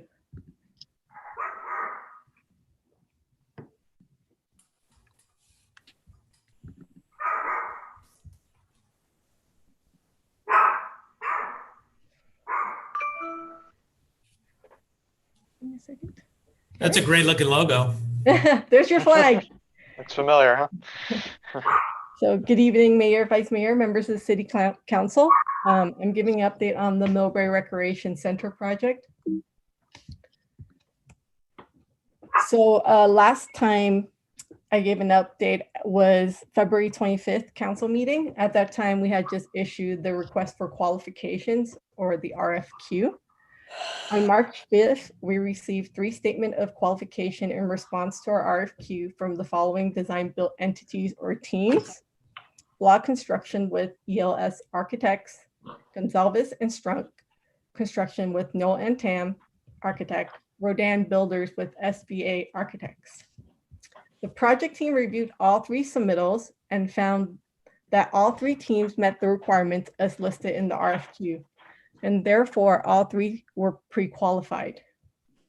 We issued the request for proposal, or RFP, last Wednesday, April 22nd to these 3 pre-qualified teams. The stipulated sum for this project is $24.3 million, which includes design, construction, project management, permitting, inspection fees, and the delivery of a complete and operable rec center. The RFP provides the team flexibility on certain elements to meet the project budget of $30 million while maintaining the approved Group 4 architectural design. We had 2 successful subcommittee meetings to discuss these elements, and I want to thank the subcommittee members for their time meeting with us to review these. Some of these elements include structural and foundation systems, possible detached storage building, reduction in unprogrammed space, and so we're looking at hallways and more efficient storage space, more efficient exit stair design, ceiling heights, roofing material, ceiling finishes, and HVAC selections and other finishes throughout the project and building. Last Friday on April 24th, the project team held a mandatory sub-submittal conference with all 3 design build teams to go over the RFP and also to answer any questions they may have. The proposal is due June 12, 2020. We are also working on finalizing the project labor agreement, which will be included in the RFP as an addendum. So next steps. In terms of schedule, I'm happy to report that we are on schedule. The design build proposal process started this month with the issuance of the RFP and will conclude in June. There will be 2 meetings with the design build teams along with the subcommittees members on May 1st and May 22nd. Proposal will then be due on June 12th. The award of the design build contract is scheduled for first council meeting in July. Construction will then begin within 30 days of issuing the notice to proceed. Soft opening will be March 2022. And I want to take this opportunity to thank the subcommittee members, Swinnerton team, Group 4 team, the city attorney office, and city staff for their commitment and time on this project. I would also like to introduce John Baker from Swinnerton, who has done a tremendous job leading the RFP process. He is also here tonight to answer any questions. That concludes my presentation. Okay, thank you, Ms. Cow. Just for clarification, can you explain the discrepancy between the 24.3 million stipulated sum and the 30 million budget that has been communicated publicly numerous times? Sure. So the 24 million, it's going to be the design build contract. And so there are other costs that's included in the project. So FF&E, so furniture, fixtures, and equipment, that's not included in the design build contract. There are also some other costs that, including contingency, other soft costs would be city staff costs. We would be retaining Group 4 and the team to support and do professional reviews, technical reviews on the design build team's work. Other costs would also be construction management. So this is Swinnerton's costs. There will be special inspection and material testing, legal fees, and such. Okay. Mm-hmm. All right, thank you. Okay, let's see. Councilman Lee? Thank you, Mr. Mayor. Thank you to Swinnerton for getting us through this process quickly. Thank you, Jane, for your outstanding work. It's been a long time coming, and I'm seeing it's moving faster, which we're very happy with. So a while ago at a Peninsula Clean Energy presentation, Swinnerton did a presentation about, I guess it was a rec center in Redwood City, maybe. And it was very efficient, very energy efficient. And I was wondering if we can bring some of those innovations into our community center.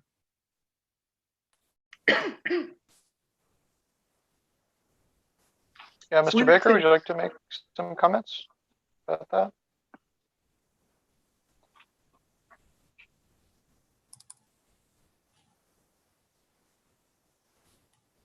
Do we have John here? John Baker? I think he was on mute. He looks unmuted now. Yeah, I did. I just unmuted him, Casey. Can you hear me? Okay. Well, Ms. Cow, can you speak to that, please? I think John's on. John's ready to go, Mayor. I can't seem to unmute myself. Can you hear me? Yes, John, we can hear you. Okay, great. Thank you very much. Sorry, folks. Nice to meet everyone. I just want to first say it's been a pleasure working with our working group, with the city manager, community development director, public works director, and recreation director, all of whom you know, as well as the subcommittee, who's been very thoughtful and given us great guidance. It's been a really good, efficient process. The reason why we've been able to move as efficiently and quickly as we have is per the work of that group. So I just want to thank everyone for your collaboration. I'm not familiar with the Redwood City project that you're speaking of. The project is designed to Cal Green standards, which is equivalent of kind of a LEED silver standard. So it's got a very good level of sustainability. We have in the design build RFP asked the design build teams in order, part of their competition, to put forth innovations and enhancements, some of which are related to energy use, life cycle cost, and building systems. So we look forward to seeing. We have our first meeting with the teams on Monday, so we'll be able to see what they're doing. And I'm pretty certain just knowing, having worked with all these folks, is we're going to have some interesting proposals that increase the efficiency of the building. I want to also point out that the building the baseline is that the building will be what's called solar ready, so that the city can procure, and there are many ways to do this, a solar panel system on the roof. One of the redesign elements that we're things that we're doing is changing the roof so it more easily accommodates solar panels. That's probably the biggest change that we're making. That it allows us to save dollars, but also provide a much larger area for a solar panel system to be installed. Mr. Baker, I think maybe not Redwood City, maybe I don't know. Anyway, so I think I saw a draft system where the air is so you let the hot air allow to escape the roofing system, therefore reducing the cost of air conditioning. Does that make sense? Yeah, there are. I'm not familiar with the project, but there are building systems which allow for a lot more natural ventilation. The schematic design approved by council has a bit of a more traditional system for ease of maintenance. But one of the advantages of the design build process is once the contract's awarded the design builder in June, we'll be able to work with them further to adjust the design. We'll have a builder and a design team on board. We're going to move very quickly, but we'll have especially during the first few months of the project, the ability to look at some of those other elements if the subcommittee directs us to do so. Again, thank you for your work and being on board. We really appreciate what you've been doing. Okay, thank you. Councilwoman Pappen?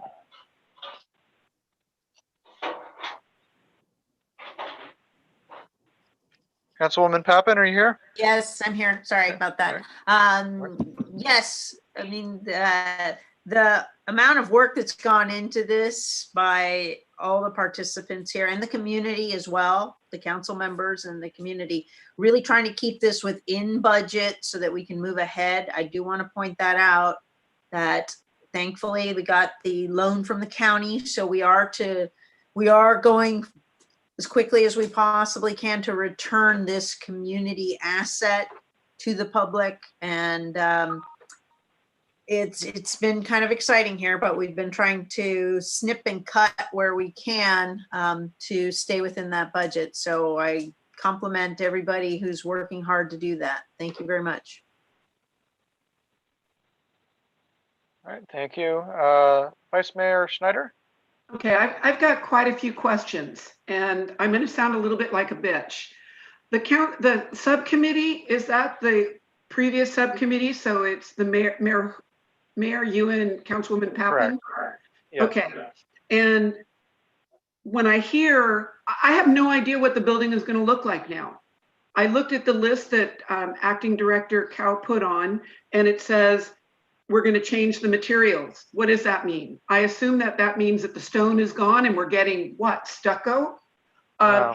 So, I mean, I have no idea. I have seen none of this on here.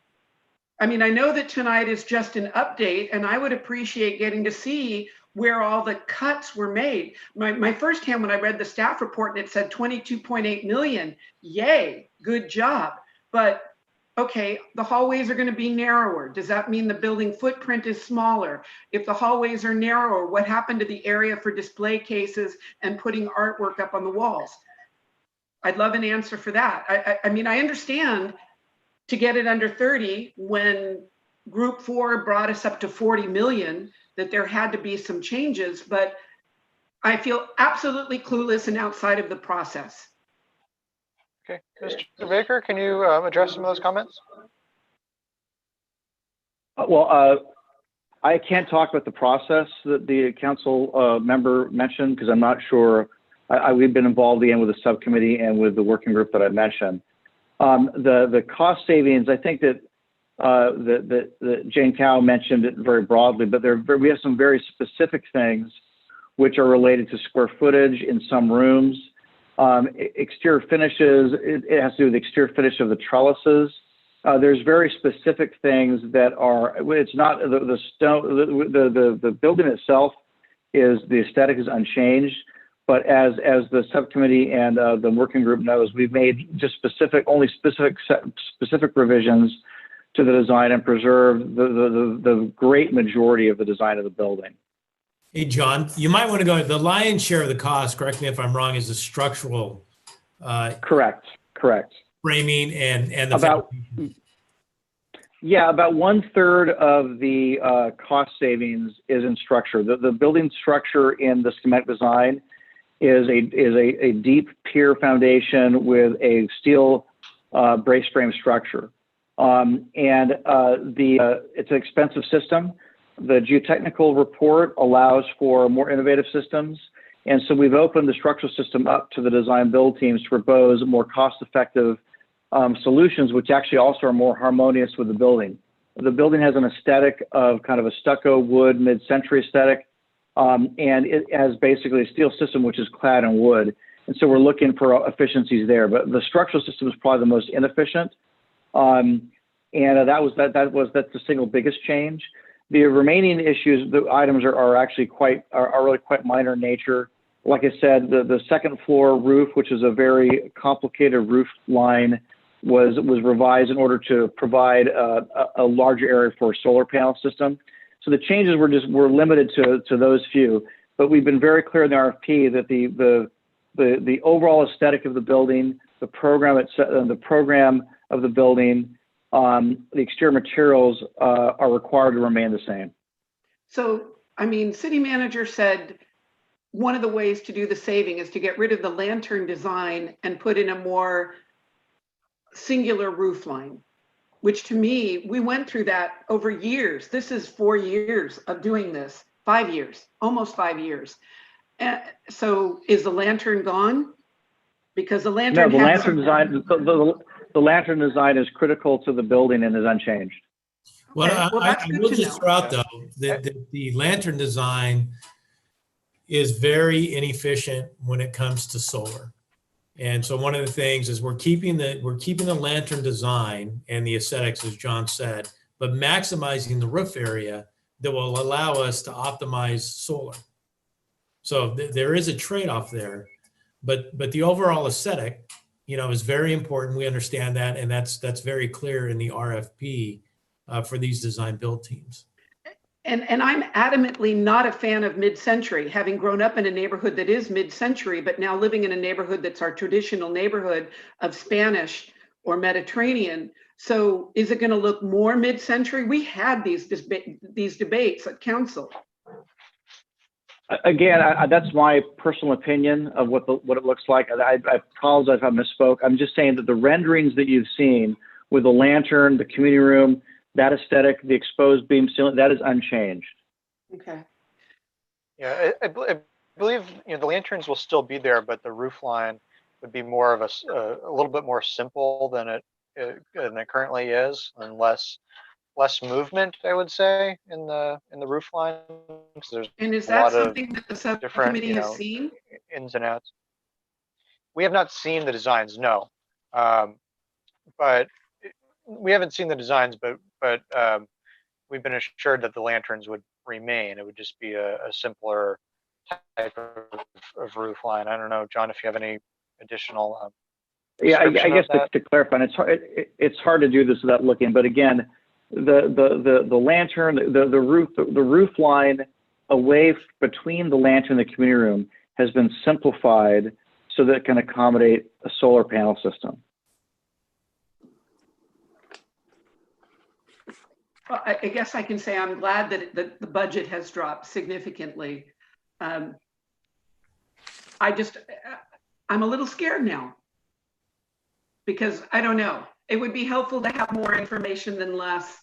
The companies that made it through the process seem to be good companies. They're all ones that I've heard of and that I've seen buildings that they've done. Why are the hallways narrower and what's being saved then? Because we went through some rec centers around all the way down to San Jose, and those that had really narrow hallways felt like you couldn't breathe in them. Yeah, the group again decided to narrow the hallways from 12 feet to 11 feet. Okay, so not really worth it. That's good. Not that significant. Okay, not significant. So the devil is in the details, or in this case, the angel is in the details. Yeah, I think that's the case actually. Okay. I still want my cistern, and I'm looking for federal infrastructure economic stimulus funding for that. Mr. Baker, that's at the back end where they were going to put in a swale between the building and the park. And if we're going to be digging ground, and I know it's not in this contract, but that's a perfect place for a cistern. And as I've talked to Mr. Lim about this, the point in Millbrae that overfloods its gutters is just up the hill from where the rec center is. So it's a good place to get stormwater and save it.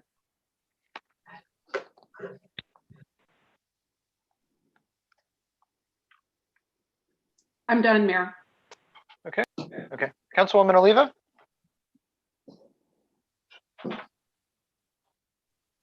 Sorry, you're Tom- muted. Tom, when you say the structure has been the only thing that's changed, could you make sure to everybody that this does not mean we're compromising anything like with regards to structure, because I think that's a major safety issue. And when you say we're changing structure, we're not changing the compromise of any structure, correct? Absolutely not. The seismic codes must be followed, and the seismic safety is the number one contract requirement.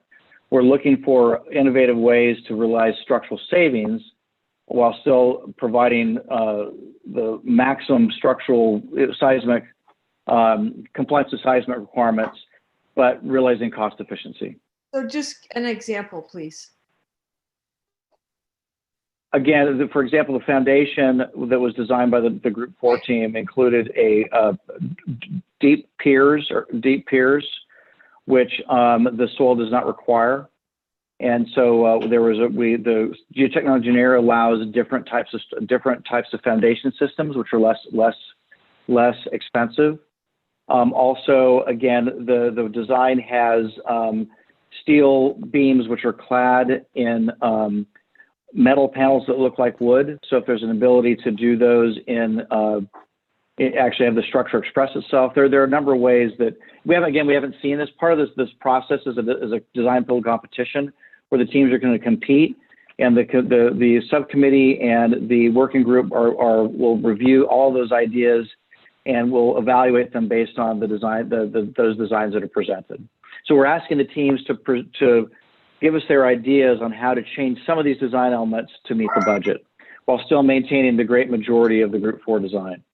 So just my 2 cents. I mean, it's great, everything, I mean, the hard work that goes into it, but my 2 cents would be, I would take the structure and not compromise anything for safety over any sort of aesthetics over a, a roof line or something like that. That's just my 2 cents. Understood. I wanted the way it works is that there is no compromises allowed. Okay. The building must, as a new construction, must comply with the current seismic safety standards, which are quite stringent and will be enforced by the city of Millbrae. And John, I think just to add to that, as you mentioned, some of the design of steel beams that were then treated to look like wood beams is where we're also finding some cost efficiency. So actually, that's correct. That's correct. They actually had steel beams, but then they were treated to look like wood. And so you can use glulam timbers and wood beams, and correct me if I'm wrong, John, to save some money and get the same look. I don't know exactly why. Right, exactly. Or spec'd it out as steel, but so Annie, I think those are some of the other things that Swinnerton has really studied and looked into. Yeah, of course. Yeah. But I just want to make it clear to the public that we are you're not going to compromise any structural issues to make designs on the outside look, compromised on the inside. Correct. Yeah. And again, not whatsoever. And I want to point out that again, the City of Millbrae Building Division is the permitting agency and has control over that. They're going to review the final construction documents prior to allowing permitting any of the construction. And that will be that review will strictly enforce the current stringent seismic safety codes. Thank you. Okay, Councilwoman Pappen? Yeah, I think we caused a little more chaos than we intended to here. I think that we want to maintain clear transparency. And as soon as we have something we can show from the applicants, I think it will be easier for the remainder of the council to kind of understand where the subcommittee was just trying to keep it within budget, but yet still preserve all the input from the community and all the hard work that Mr. Baker put in there. So again, we want to be clearly transparent here. We're just not at that point, and we hope to get there probably at the next briefing, so we can actually show you something and probably and hopefully make everybody feel more secure moving forward here. So I hope we can get there. Thank you. Thank you. Thank you. And Vice Mayor Schneider, one final comment, and we'll move on to the next item. This is to Ms. Cow. Given what's going on with the economy, will we have, well, I guess depending on the design team, will they be ready to go? Will this economy be affecting any of our schedules, the post-COVID or current COVID economy? So to answer that question, I think, is this an essential project under the definition of the county health order and the governor's order? It's left up to each city, and I had designated this so far as an essential project. A lot of what we're doing right now can be done remotely and via this type of meeting and network. So I think that we're not going to lose any time because we're able to look at the design and have these types of meetings as the design build teams move forth with the process, right? And get to where we need. I think June and July will be the critical points whether we move forward and continue to greenlight the project as a construction project. At this point in time, I have the full faith and confidence that we will, and that with what we know today, social distancing and protocols on site that we're working right now with the TOD2 project, I see no reason why this project cannot continue. Good, thank you. As a matter of fact, I think, John, correct me if I'm wrong, you're seeing some of the actual pricing come down a little bit. That's what I was kind of That's hoping correct. for. No, that's correct. That could be very that's short correct. term also. You never know. What's really occurred is that the escalation in the Bay Area in the last several years, as many people know, there's been quite a bit of cost escalation that's basically stopped.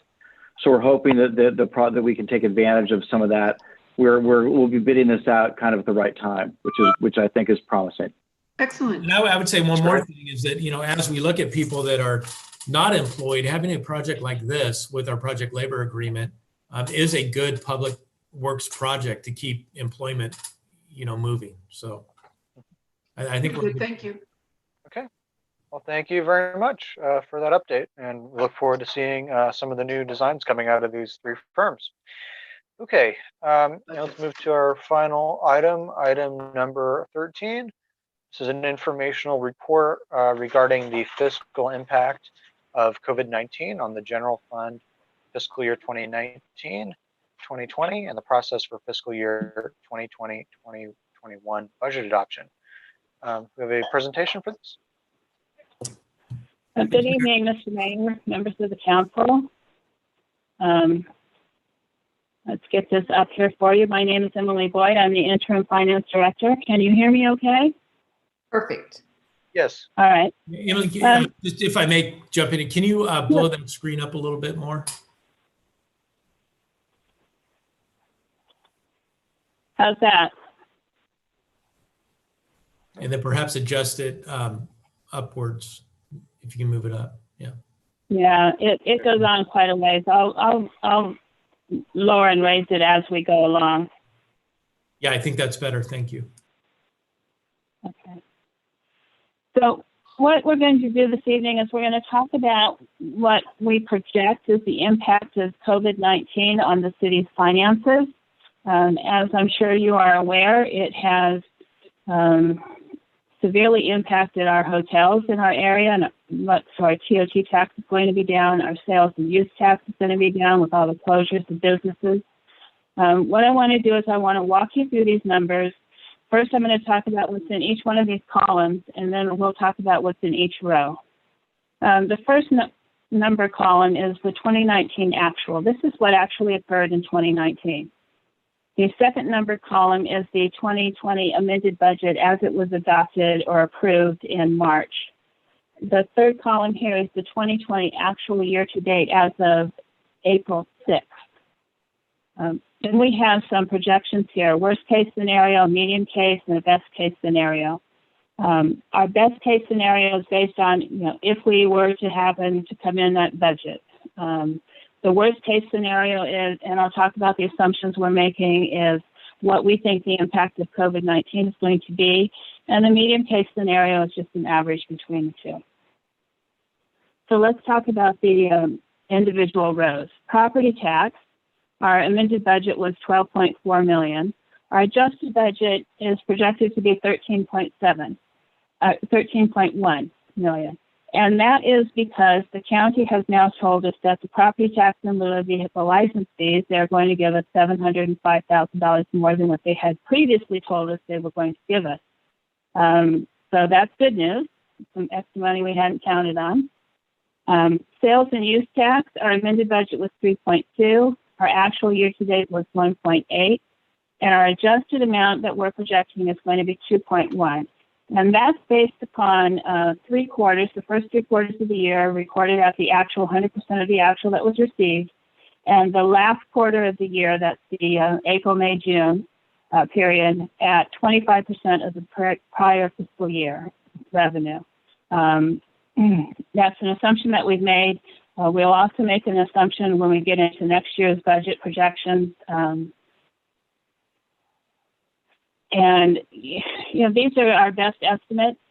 We can't really, until after the fact, we're not going to know for sure what the impact was, but these are our projections.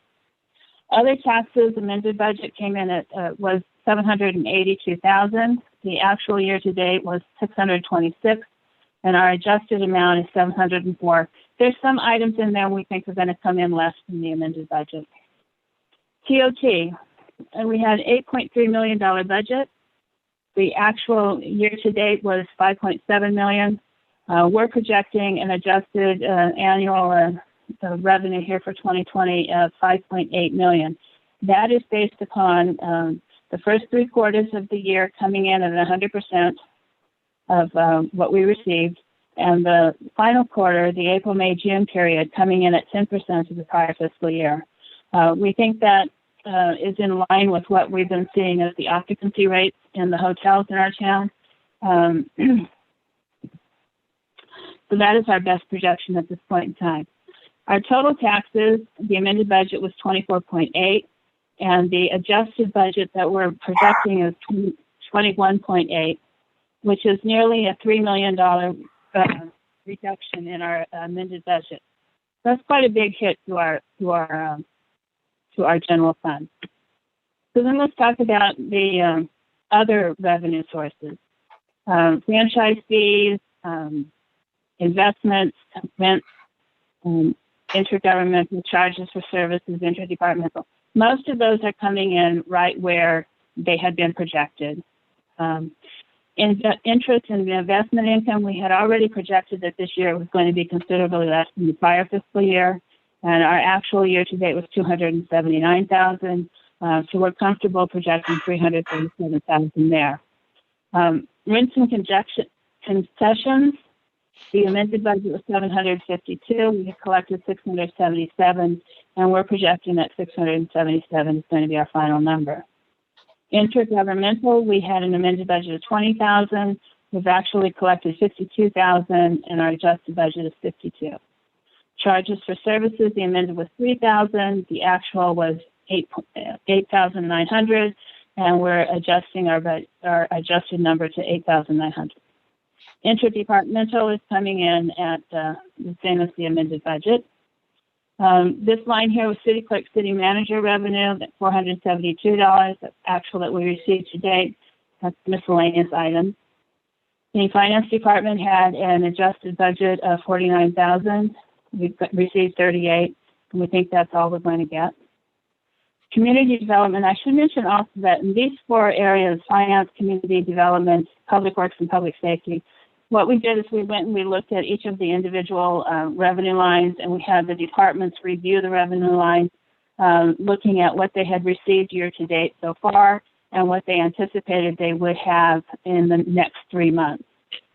So the finance department came in. We think that what we've got is all we're going to get.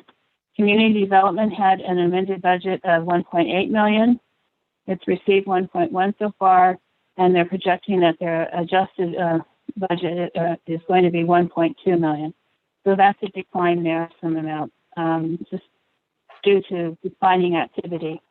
Public works is the same thing, 648, 483 received, 486 is the adjusted amount. Public safety had an amended budget of 1.4. It had received 1.0. We're projecting it to come in at the end of the year at 1.2. So the total other revenues were budgeted at 7.3, and we are now estimating that they'll come in at 6.3, approximately $1 million less. So the total change in revenue, taxes and other revenues, is a reduction of $4 million, and that's a pretty big hit to us. So let's take a look then at what the expenses came in at. Now these expenses are by department, and they include personnel costs, operating costs, and capital costs. So let's talk about each one of these. The non-divisional had an amended budget of 4.2. We're estimating it to come in at 4.3. It's slightly higher due to retiree medical payment that had not been budgeted. The city council is the same. Don't expect any change there. Don't expect any change in city attorney, city manager, or city clerk. Human resources had an amended budget of 496. We're estimating it to come in at 503. It's slightly higher due to legal costs related to personnel issues. The finance department had 2.8. We're estimating that we can come in at 2.7. And once again, each one of the departments went through all of their expenditures year to date, and they looked at what they needed to spend in the final 3 months of this fiscal year, an amended amount. Community development had a budget of 3.6, and the projection is 2.9. Public works had an amended budget of 10.4 million. They've spent 6.9. The adjusted, that the 6.9 also includes some encumbrances, and the adjusted amount there is 5.5. The difference between the 10.4 and the 5.5 It's primarily capital improvements projects, street projects that we were able to find other funding sources for rather than the general fund. In view of the current fiscal, I don't want to call it a crisis, but it is kind of severe. Due to that, we're trying to find other funding sources for some of these projects rather than the general fund, so we can preserve that, so we can continue to provide services to the public. Our public safety amended budget was 16.5. We're still projecting it right around 16.5, just a little bit less. The change in the expense budget went from 40.3 down to 34.7, which is a reduction of 5.5 million. Overall, the net, let's look back here, this column here, the first one was our actual from 2019. We had revenues of 32.4 and expenditures of 38.8 for a negative of 6.3 million. That's primarily due to capital improvement projects for the streets program.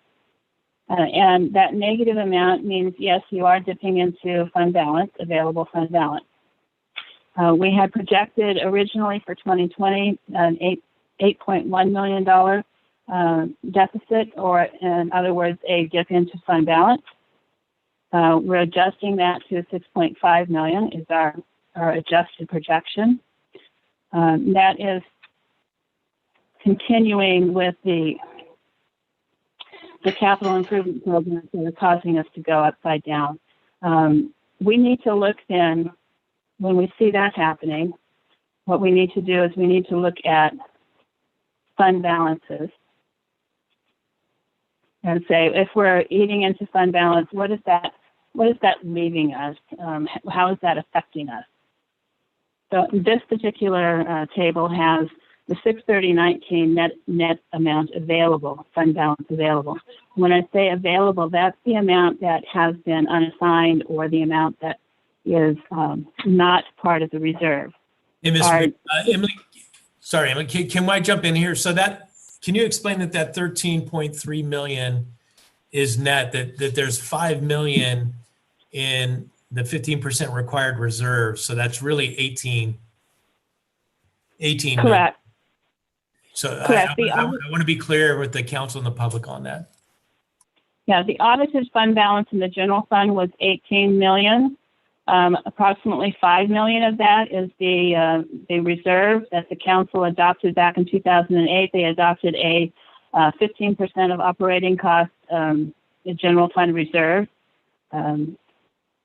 And so what I'm talking about here in this particular table is what is the net amount that's available. Typically, you would say that that reserve is not available for ongoing operations. Now, it may happen that we get into, if this turns into a big economic downturn and we don't recover quickly from this, it may happen if we're in this for 2 or 3 years, it may happen that we have to go into that general fund reserve. And it was set there for emergencies such as this, but it would be prudent of us to try not to go into that. These 5 funds here that are listed because they're discretionary funds. In other words, this is money that council can decide how they want to use it. It's not restricted for a specific purpose. So on the 1920 budget here, revenue and expense, these are the new adjusted projections that we have, that we just went through. So if we had a 630.19 available fund balance of 13.3 million, if we add revenue of 28.1, subtract expense of 34.7, we're left with a projected fund balance of 6.7. Now, if we are consistently using $6 million here, when we get to over here, we can see that our projected fund balance is going to get eaten up real quick. And that's something for us to consider as we go into our next budget process. These other funds, the developer impact fees, those are developer agreements. This recreation fund is primarily supported by the general fund. It has a small fund balance in it. The garage fund and the vehicle replacement fund are exactly what they sound like. The money that's in there is money that has been set aside for garage and maintenance of the fleet, and the replacement fund is money that's been set aside for replacement of the fleet. But those are funds that are discretionary, that should the worst come to worst, which I don't think it will, but if it did, the council has the ability to reallocate those monies to something else. And if I can jump in, that's one of the areas for the council that we're looking at is the vehicle replacement fund is amortizing that out and getting a few more miles out of our vehicles and in a few more years so we can stretch that. Yes, that is an area that we can be quite prudent in, I believe.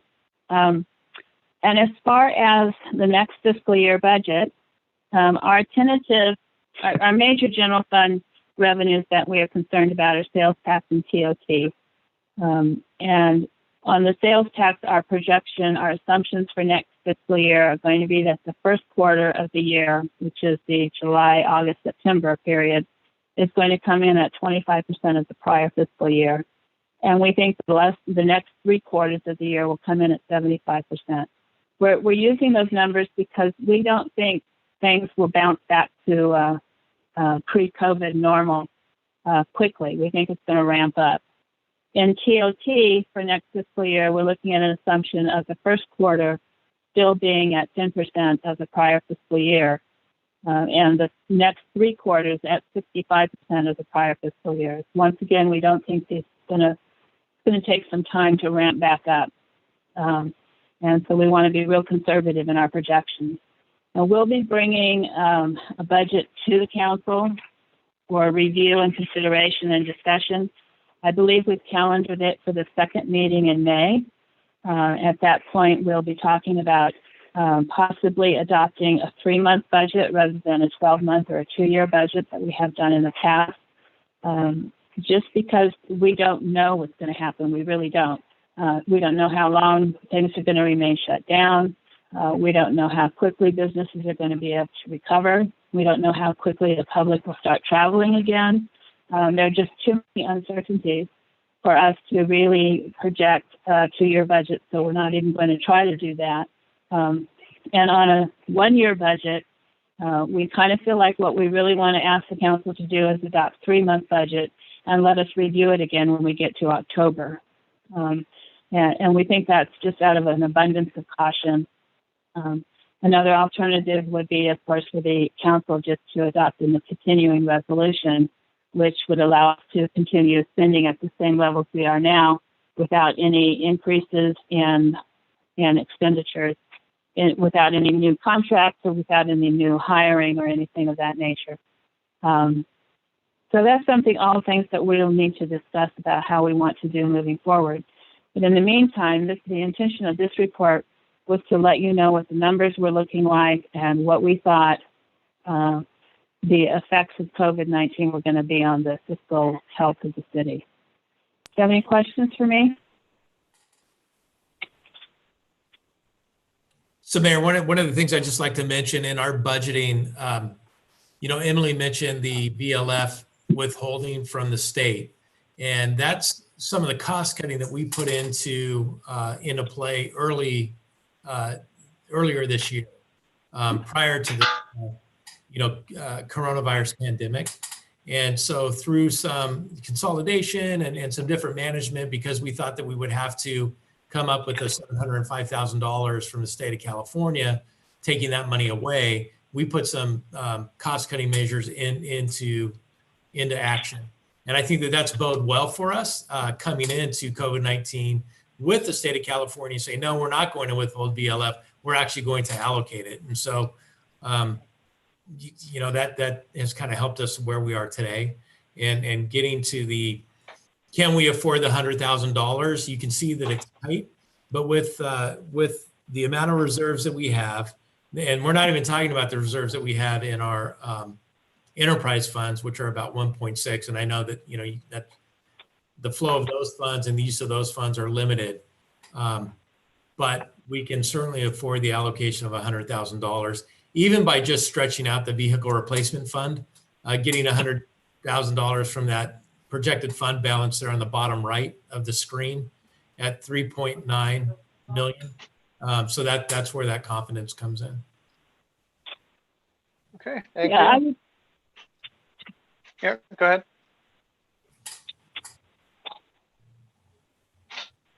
No, I'm open for any questions you might have. Okay, let's go to Vice Mayor Schneider.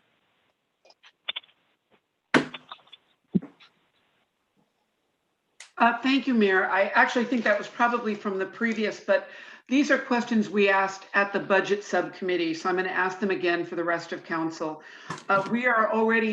Are we tracking any of the COVID-related costs that we're accruing so that we can attempt to recover them? Yes, we are. We are putting a project code on all expenditures that are related to how the city is handling and coping with COVID-19. And we'll also track any loss of revenues. If there's any potential for us recovering any of those costs, we're going to take advantage of it. Excellent. And then when we had the budget subcommittee, I think I brought this up, but what are we doing across all departments to make sure that we are ready to apply for any of the stimulus funding that may come across when and if it comes across? I'm assuming some of it's going to come across. The sad reality is none of it, including CDBG funds, are given to small cities the size of Millbrae. But what are we doing to make sure, and that's probably more of a city manager question, to make sure that we're in a good place to go for those funds? So real quick, CDBG, Community Development Block Grant funding, is allocated to cities automatically, called entitlement cities with populations above 50,000.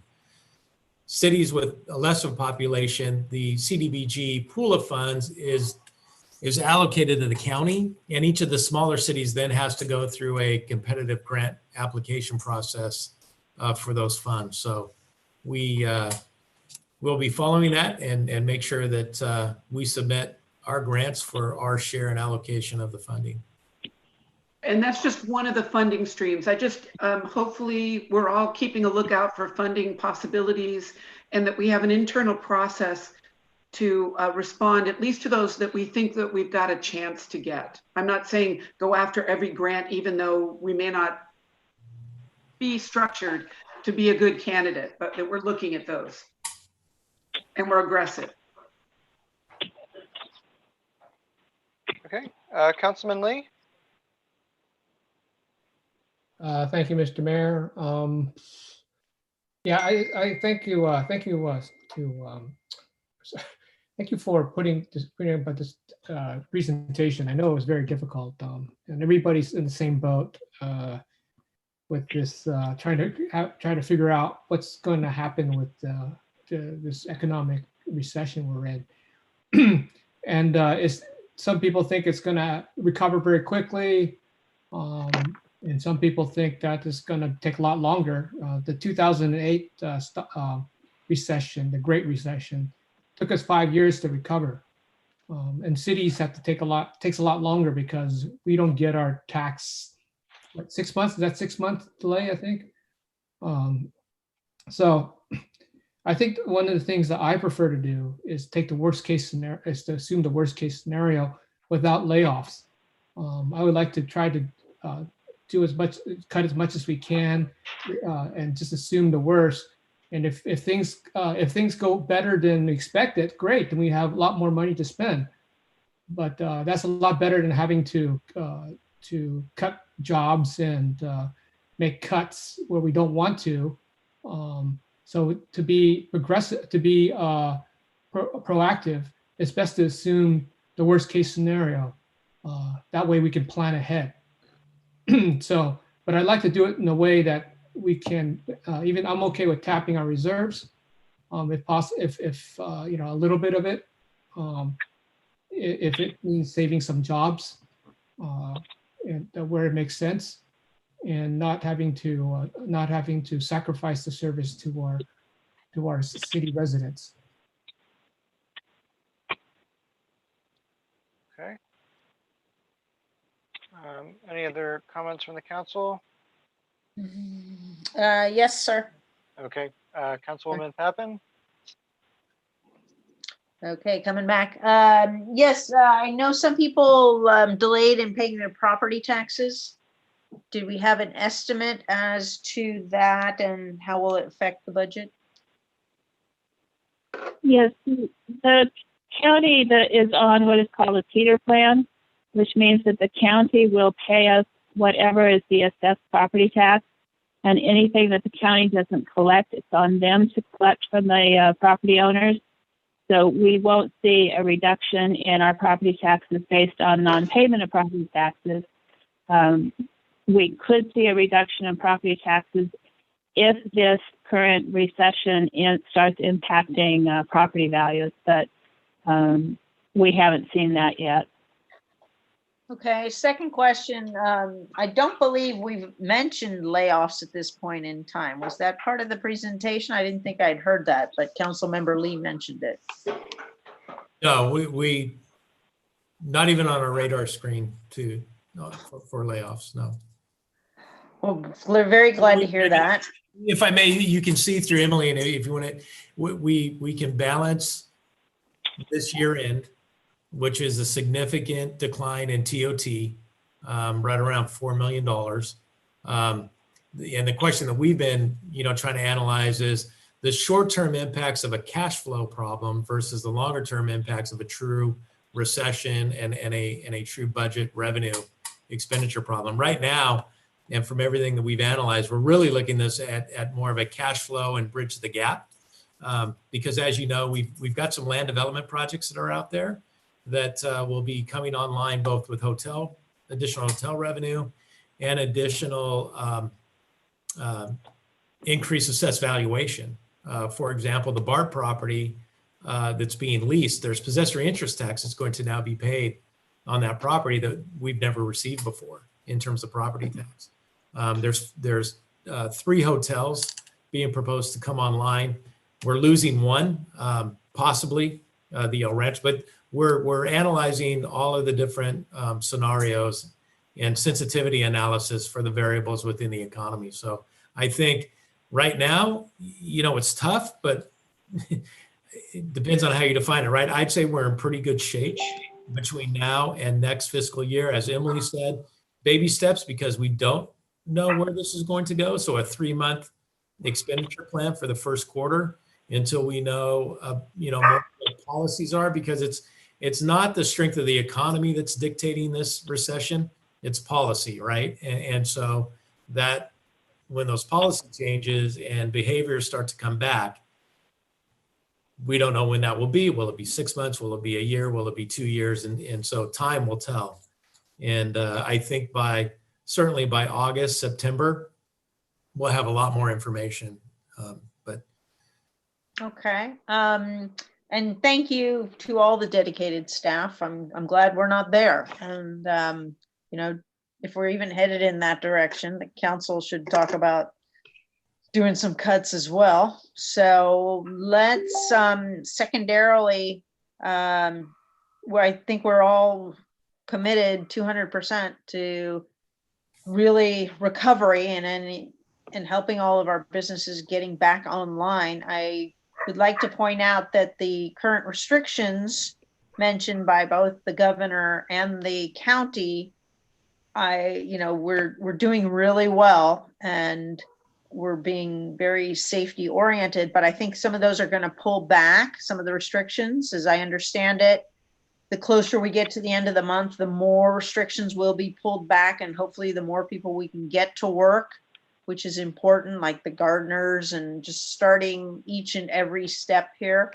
and keeping the public informed, I think is going to be key here to our recovery. So looking forward to recovery and doing whatever we can to help each and every business and getting people back to work. Thank you. Yeah, Mayor, if I may, one other thing is Sure. that we're looking at, obviously we're dependent on the airport. And so when is the airport going to start opening up and getting back to business? One of the things that Elisa Tierney, our economic development manager, is researching is the overall occupancy countywide, I think was reported at just above 60%. And,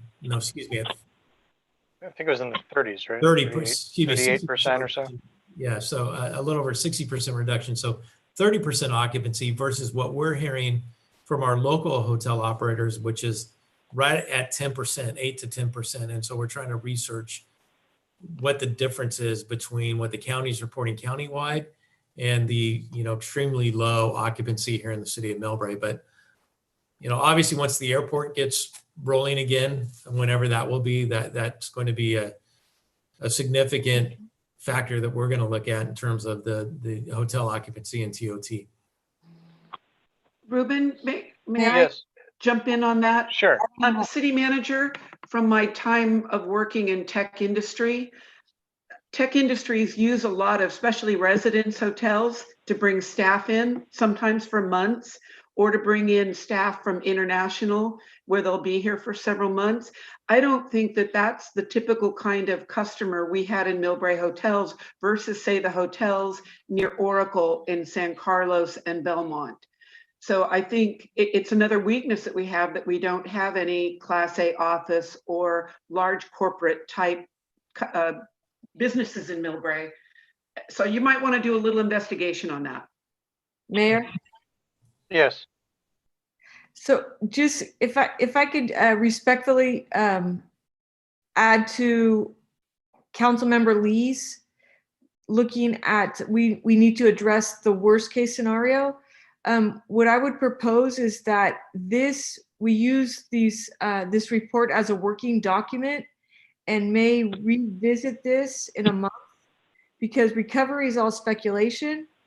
And if we could have the same report to look at when we get the opportunity in 6 weeks to see after we've opened up, I would appreciate that. And I think the public would more than me. Yeah, well, we would need to adopt the 3-month interim budget before the end of June. So this will come back fairly shortly, and we'll continue to monitor the situation. Thank you. I understand the budgeting, but as far as the monitoring, I think that it would be very resourceful if we could all look at this sooner than later okay. So can we maybe get this on the next month, maybe not 2 weeks, but next month's calendar? That would be helpful. Don't they need some, they're gonna need some numbers before they can do that. I don't think, But yeah, you'd be wrong. Excuse me, Councilmember Lee, this is all speculation. Right.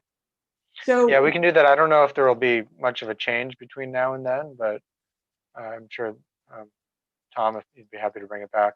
Well, this came from somewhere, so my speculation is that they could speculate a little different. Yeah. Yeah, Mayor, what I might recommend is we can just put a monthly update on the budget, kind of like we've done with the recreation center. So we keep the council informed, the public informed, and we just check in and just keep everybody informed. So we can add that to our monthly calendar as a report. And if there's nothing to report and everything's the same, then we'll just report that. Exactly. Yeah. Okay. All right. Well, thank you very much for the presentation. And it's going to be a difficult road, and I think we're gonna have to do a lot of belt tightening, but I think things are moving positively, and we have a lot to look forward to in Millbrae in terms of new economic development coming on board. Hey, Mayor, I'd also just like to say thanks to Emily Boyd, our interim finance director, for just jumping in here and studying our budget and our finances and doing a great job, quickly understanding and putting things together for us. So thank you, Emily, for a great job. Really appreciate it. Thank you, Emily. Mr. Mayor? Yes, Mr. Lee.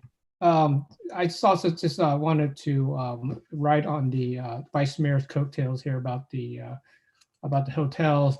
Given what we're getting used to, more online meetings, I'm kind of thinking that that's probably going to be a trend for a while.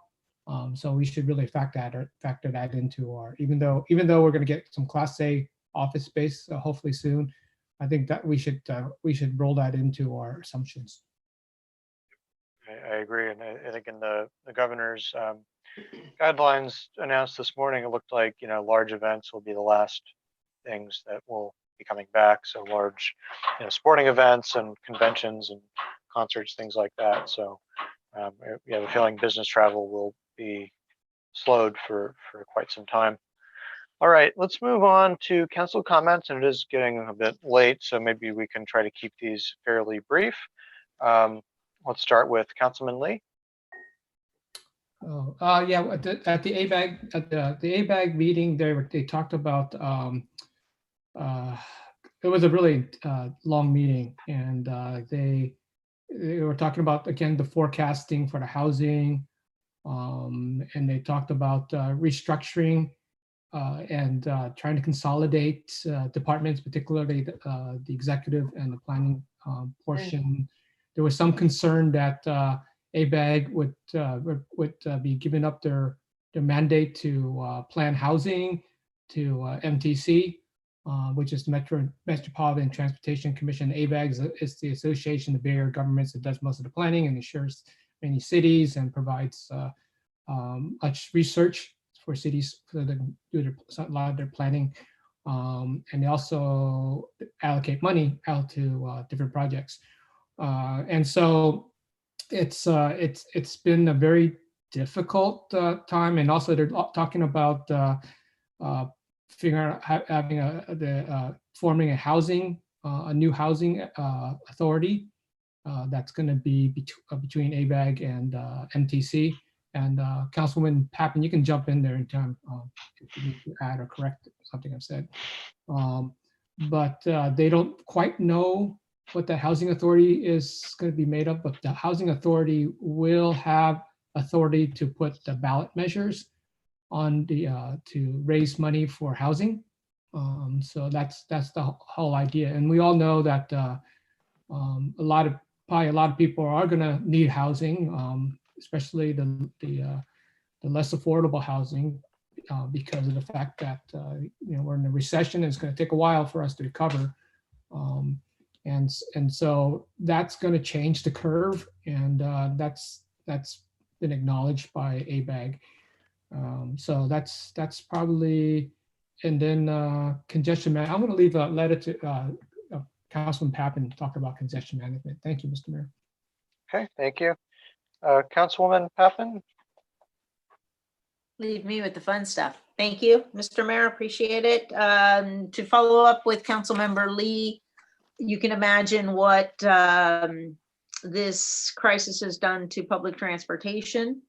So the Metropolitan Transportation Commission, of which I'm honored to represent our 20 cities on, just designated money to BART, Caltrain, and Samtrans to help them recover during this time frame and get operations back going in the right direction. One significant problem right now is that these agencies have not submitted their public safety programs, and they seem to be fighting that somewhat. We want to keep the transit operators and the transit riders safe moving forward. And also we are looking at a blank slate when it comes to public transportation. We are trying to get MTC to look at the interconnectivity, which thankfully the city of Millbrae supports, and try to get some other cities working on just that so we can get the schedules coordinated, and all these things that should have been done in the past need to be done now, because if we're going to get people back on public transportation, now's the time to fix all the previous aspects of transportation that were lacking. So we hope that we can make it better than ever before. But UCLA studies have shown if people don't feel safe, they're not going to get back on public transit. We're looking at MTC passed to the congestion pricing on the bridges. There used to be you paid more if you went during specific hours. Now everybody pays $6 to go through the 7 Bay Area bridges at any time, absent the carpooling and trucking fees. So that was one change that was resulting from this current crisis. Additionally, you'll notice that some of the construction on the highways has been upgraded to happen now. As you go into San Francisco, one of those projects was put on hyperdrive, and hopefully it'll be done very soon. Also, the managed lanes project on 101, they're taking advantage of the fact that there's a lot less traffic and hopefully a lot less headaches for people. So when we do get back fully operational, it will not be too painful. But we can assume that right now, the first steps back will be that a lot of people will still remain working from home. Secondarily, those who need to go into work will be taking probably first and foremost their own mode of transportation, and thirdly, public transportation. So we hope to get back to the public transportation aspect of that. Also want to note that all the great, I mean, we started out this council meeting with a lot of not so pleasant public comments, but really want to point out this city is coming together in amazing ways and contributing to the community, contributing to the essential workers, from store clerks to packaging people, delivery services, hospital workers, everybody. And thank you to the community for really stepping up. I really want to thank too the people that have been involved in the chalk challenge. That has been great. If anybody's been taking a walk lately, so many people have beautiful messages that they are putting on the sidewalks and in driveways. I mean, it's really very nice. So thank you to everybody who's participating in that. It's a little hard to find chalk these days too because of that, but I encourage everyone to please keep that kind of thing going. We also want to encourage people, although gardening is limited and may be lifted tomorrow, we do have to clean up if you have trees that are dead. Even the city needs to do some of that. Now's the time to get rid of those before we get into the fire season. And the paper bags, I believe the city manager was going to clarify here, because you can't bring your bags into the grocery store anymore. And I thought that the stores were still charging for those bags. I don't think they should. They're not. No. They're not. Okay, No. good. So that's another good thing there. But thank you to everyone who's pitching in and helping us get through this. And as far as, I'm sorry, one last thing Mr. Lee, Councilmember Lee mentioned was the housing bill. That is still being studied at this point in time. There is a subcommittee. They're going to be doing some polling to see whether the voters would actually approve that moving forward here. Because it would require somewhat of a tax, and I don't know, I think there's a little hesitancy for all of that at this point in time. So that one is kind of to be announced or to be explored further. So we'll see what happens along those lines. Everyone does appreciate the fact that we do need more housing, and thanks to the city of Millbrae that we are still having projects line up along El Camino Real as well. People still believe in the city and moving ahead. So thank you, everyone. Stay safe and healthy. Thanks. Okay, thank you. Councilwoman Oliva? I'll comment that I thank my council members that wore blue tonight, because I had requested that, and that's because of the first responders, and Millbrae is very grateful for all those first responders. And thank you everybody that put on their blue tonight. I appreciate it. And I know you guys are very grateful as well. A personal comment that I want to say to the Habib family, personal friends. I grew up with that family, and he was probably the stellar of a Millbrae person, resident that gave everything and made Millbrae really what we all want it to be. Thank you, and love you, George Habib. I just want to say that the SBA loans, I was so fortunate to have the best service in Millbrae with First National Bank that took care of our office and my people that work in our office, and First National Bank in Millbrae. A big shout out to you. Thank you so much. I want to thank the county for the calls that we've had. They've been so organized, informative, and right on schedule. Everything has been super, super great in order to go back to our constituents and say what's going on. And I thank you very much for their organization and their leadership. I want to say that we just passed something, our second reading on the gun safe, and we do have a Millbrae lock shop in our city. So if you need a lock for your guns, there's Millbrae Lock, and there's also Arts in San Bruno, our close neighbors. So please use local people and keep them in business for what we're doing. And like you say, passing policies and keeping our economy alive. Lastly, I just want to say to the people that were at the fire, thank you so much. If anybody knows of anybody in need of any housing, I might be able to facilitate rentals of same kind in some sort. So I know I've reached out to the Red Cross today, but God bless those people that within this crisis, they have another crisis. So I feel for them. And if anything there is that I can do to help, I would do that. My only other meeting that I've had is with the Heart Board, and it says just that we got to have a heart for housing. And I know Millbrae is going to be right behind that in this pandemic that we're in. And I know that all my colleagues are going to be behind everything that we can do to keep that program alive. I thank you all. Everybody be safe. We've gone this far. Shelter in place, please. Thank you all. Thank you, Councilwoman Oliva. Vice Mayor Schneider. Okay. First, the Emergency Services Council, we met last week. We'll start meeting weekly. And we basically had a presentation of all of the people who present at the electeds briefings. With one exception, we got to go into a little bit more detail with the county health department in terms of the information that they will be releasing. I hate to say anything right now about demographic data that they're going to release, but I've had the public asking me, Ann, why can't we find out tests that have happened in Millbrae, et cetera, et cetera. All I can say right now is that information in some form is, we've been told, all the electeds have been told, it'll be released on Friday. What's going to be entailed? Is it going to be who's taken test, who's tested positive?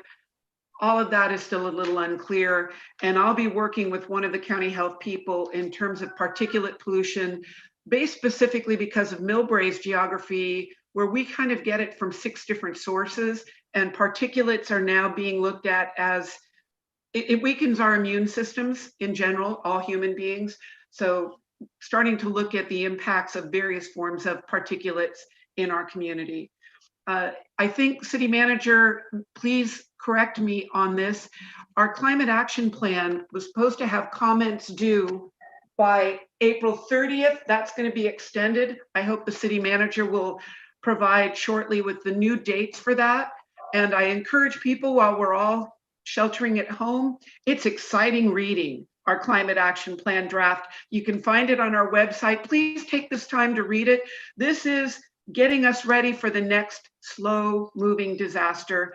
I mean that a little facetiously. Sometimes government documents are a little hard to read, but truly this is exciting stuff. Use your time well on that. San Francisco Airport Noise Roundtable canceled our meeting a month ago, but we are going back to normal schedule in June. So for anybody working on noise, or for everybody has probably realized that we are incredibly quiet right now. I can sit on my kitchen porch, which looks out over the bay, and I can pick out the train noise, the commercial train, the Caltrain, commuter train, all of these specific noises. And I've been in discussion with the city manager, not to put him on the spot, no decisions, but this is a great time to get some background, and I mean background noise, testing done right now. There are 2 monitors taking in that noise. Okay. Great way to really find out what Millbrae really sounds like when the airport is not running at 57 million passengers a year. So we tried to have a ground-based noise meeting. However, at the federal level, they are looking at approving supersonic airplanes to come back. I don't believe the mayor was alive when we had supersonic airplanes. California banned them. I mean, I was a little kid when this happened, so it was a long, long time ago. They are trying to bring supersonic planes back, and the legislation is moving through the federal government. We are going to have a special subcommittee on legislation predominantly to look at supersonic airplanes.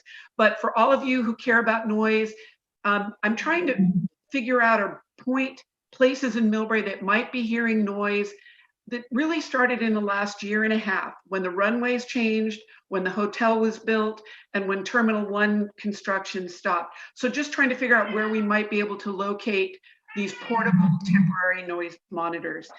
So we will be back to normal, I think, possibly a virtual meeting, but back to meeting in June. And the last one, Councilwoman Pappen talked about that. We'll be rolling out information to all of our residents. It may not matter as much if you're in an apartment, but use this next month where we're sheltering at home to do a good cleanup of your house. Get rid of anything that can catch on fire. If it's next to your fence, if it's next to your house, we're going to send out some guidelines with that about how you can help get us all ready for fire season. With that, George Habib was also a dear friend, and to Helen and to the family, my heart goes out. It was heartbreaking this week. George was, I know the mayor is going to say that, but a dear, dear friend and a dear lion and a lovely human being. So my heart goes out to everybody who knew him well. It was a rough week. Okay, thank you, Vice Mayor Schneider. Let's see, I attended the commute.org meeting 2 weeks ago, and some similar themes to what Councilwoman Pappen mentioned were brought up at MTC, involving the mode shifts that we can expect coming out of the shelter-in-place order. That it'll take a while before people start using public transit in the way that they were previously. If there is a silver lining, I think it has been that we are more adapted to telework now than we were, a couple months ago. And even, if large employers allow their employees to work remotely, once a week, that could have a profound impact on traffic congestion throughout the region. So, I think that will be an important part of the work that commute.org does in the coming months, is to continue to engage with employers in our county to promote telework and help make sure that those resources are available. Let's see, City Manager Williams, did you have another comment you wanted to make? Yes, thank you, Mayor and Council. I just wanted to recognize Elena. Unfortunately, due to the situation, we wouldn't have would have had a celebration tonight. But I just want to recognize Elena. She started here with the city 14 years ago in Public Works as an administrative assistant. She then worked as acting city clerk and executive assistant to the city manager, became full-time city clerk in March of 2018. She's really contributed a lot to the city, especially in her role, leadership role as city clerk, with the Laserfish record management program that was presented to the city council several months ago, as well as the city's recent retention schedule that was desperately needed. So I just wanted to recognize Elena, thank her for her years of service here. I wish her and her husband well as they have purchased their new home in Sacramento and will be relocating to Sacramento in retirement. And thank you, Elena, for all the contributions that you've done for the city of Millbrae to make the city a special place and a great place. So thank you and congratulations. Thank you. Elena, would you like to say a few words? I'd like to say it's been great working for Millbrae. I'm going to miss everybody. We have a great team at Millbrae, great council, great staff, great residents. I'm going to miss you all. Thank you.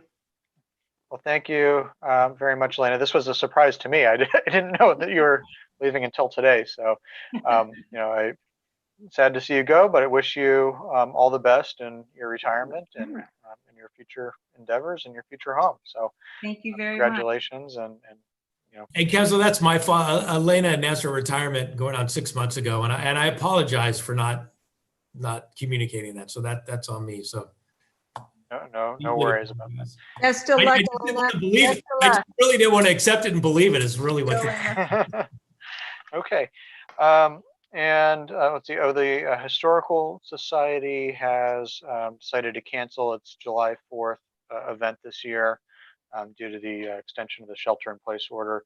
The Man and Women Student of the Year event has not yet been canceled, but there's a chance it may be canceled. So we'll keep everyone updated on that over the next couple months. And yeah, it was mentioned tonight, we will be closing this meeting in honor of one of our great longtime Millbrae residents, George Habib. Lived a wonderful life, 102 years old, type of life we all aspire to live, and one of just the genuinely nicest people I've ever met. I was glad to be able to know him. He contributed as much to the city as anyone ever on a volunteer basis, and through as many different organizations he worked with. And we have the Man and Student and Man and Women and now Student of the Year event each year. But if we had, a Man of the Century for Millbrae, I can't think of someone better than George to have that type of honor. So he will greatly be missed. Our hearts go out to Helen and the rest of the family and the larger family as well, including the Lions and the Historical Society that he was played such an instrumental role in. So thank you, everyone, and we will adjourn for this evening, and we will be back on May 12th for our next regularly scheduled meeting. Thank you all, and have a good night. Good night. Right.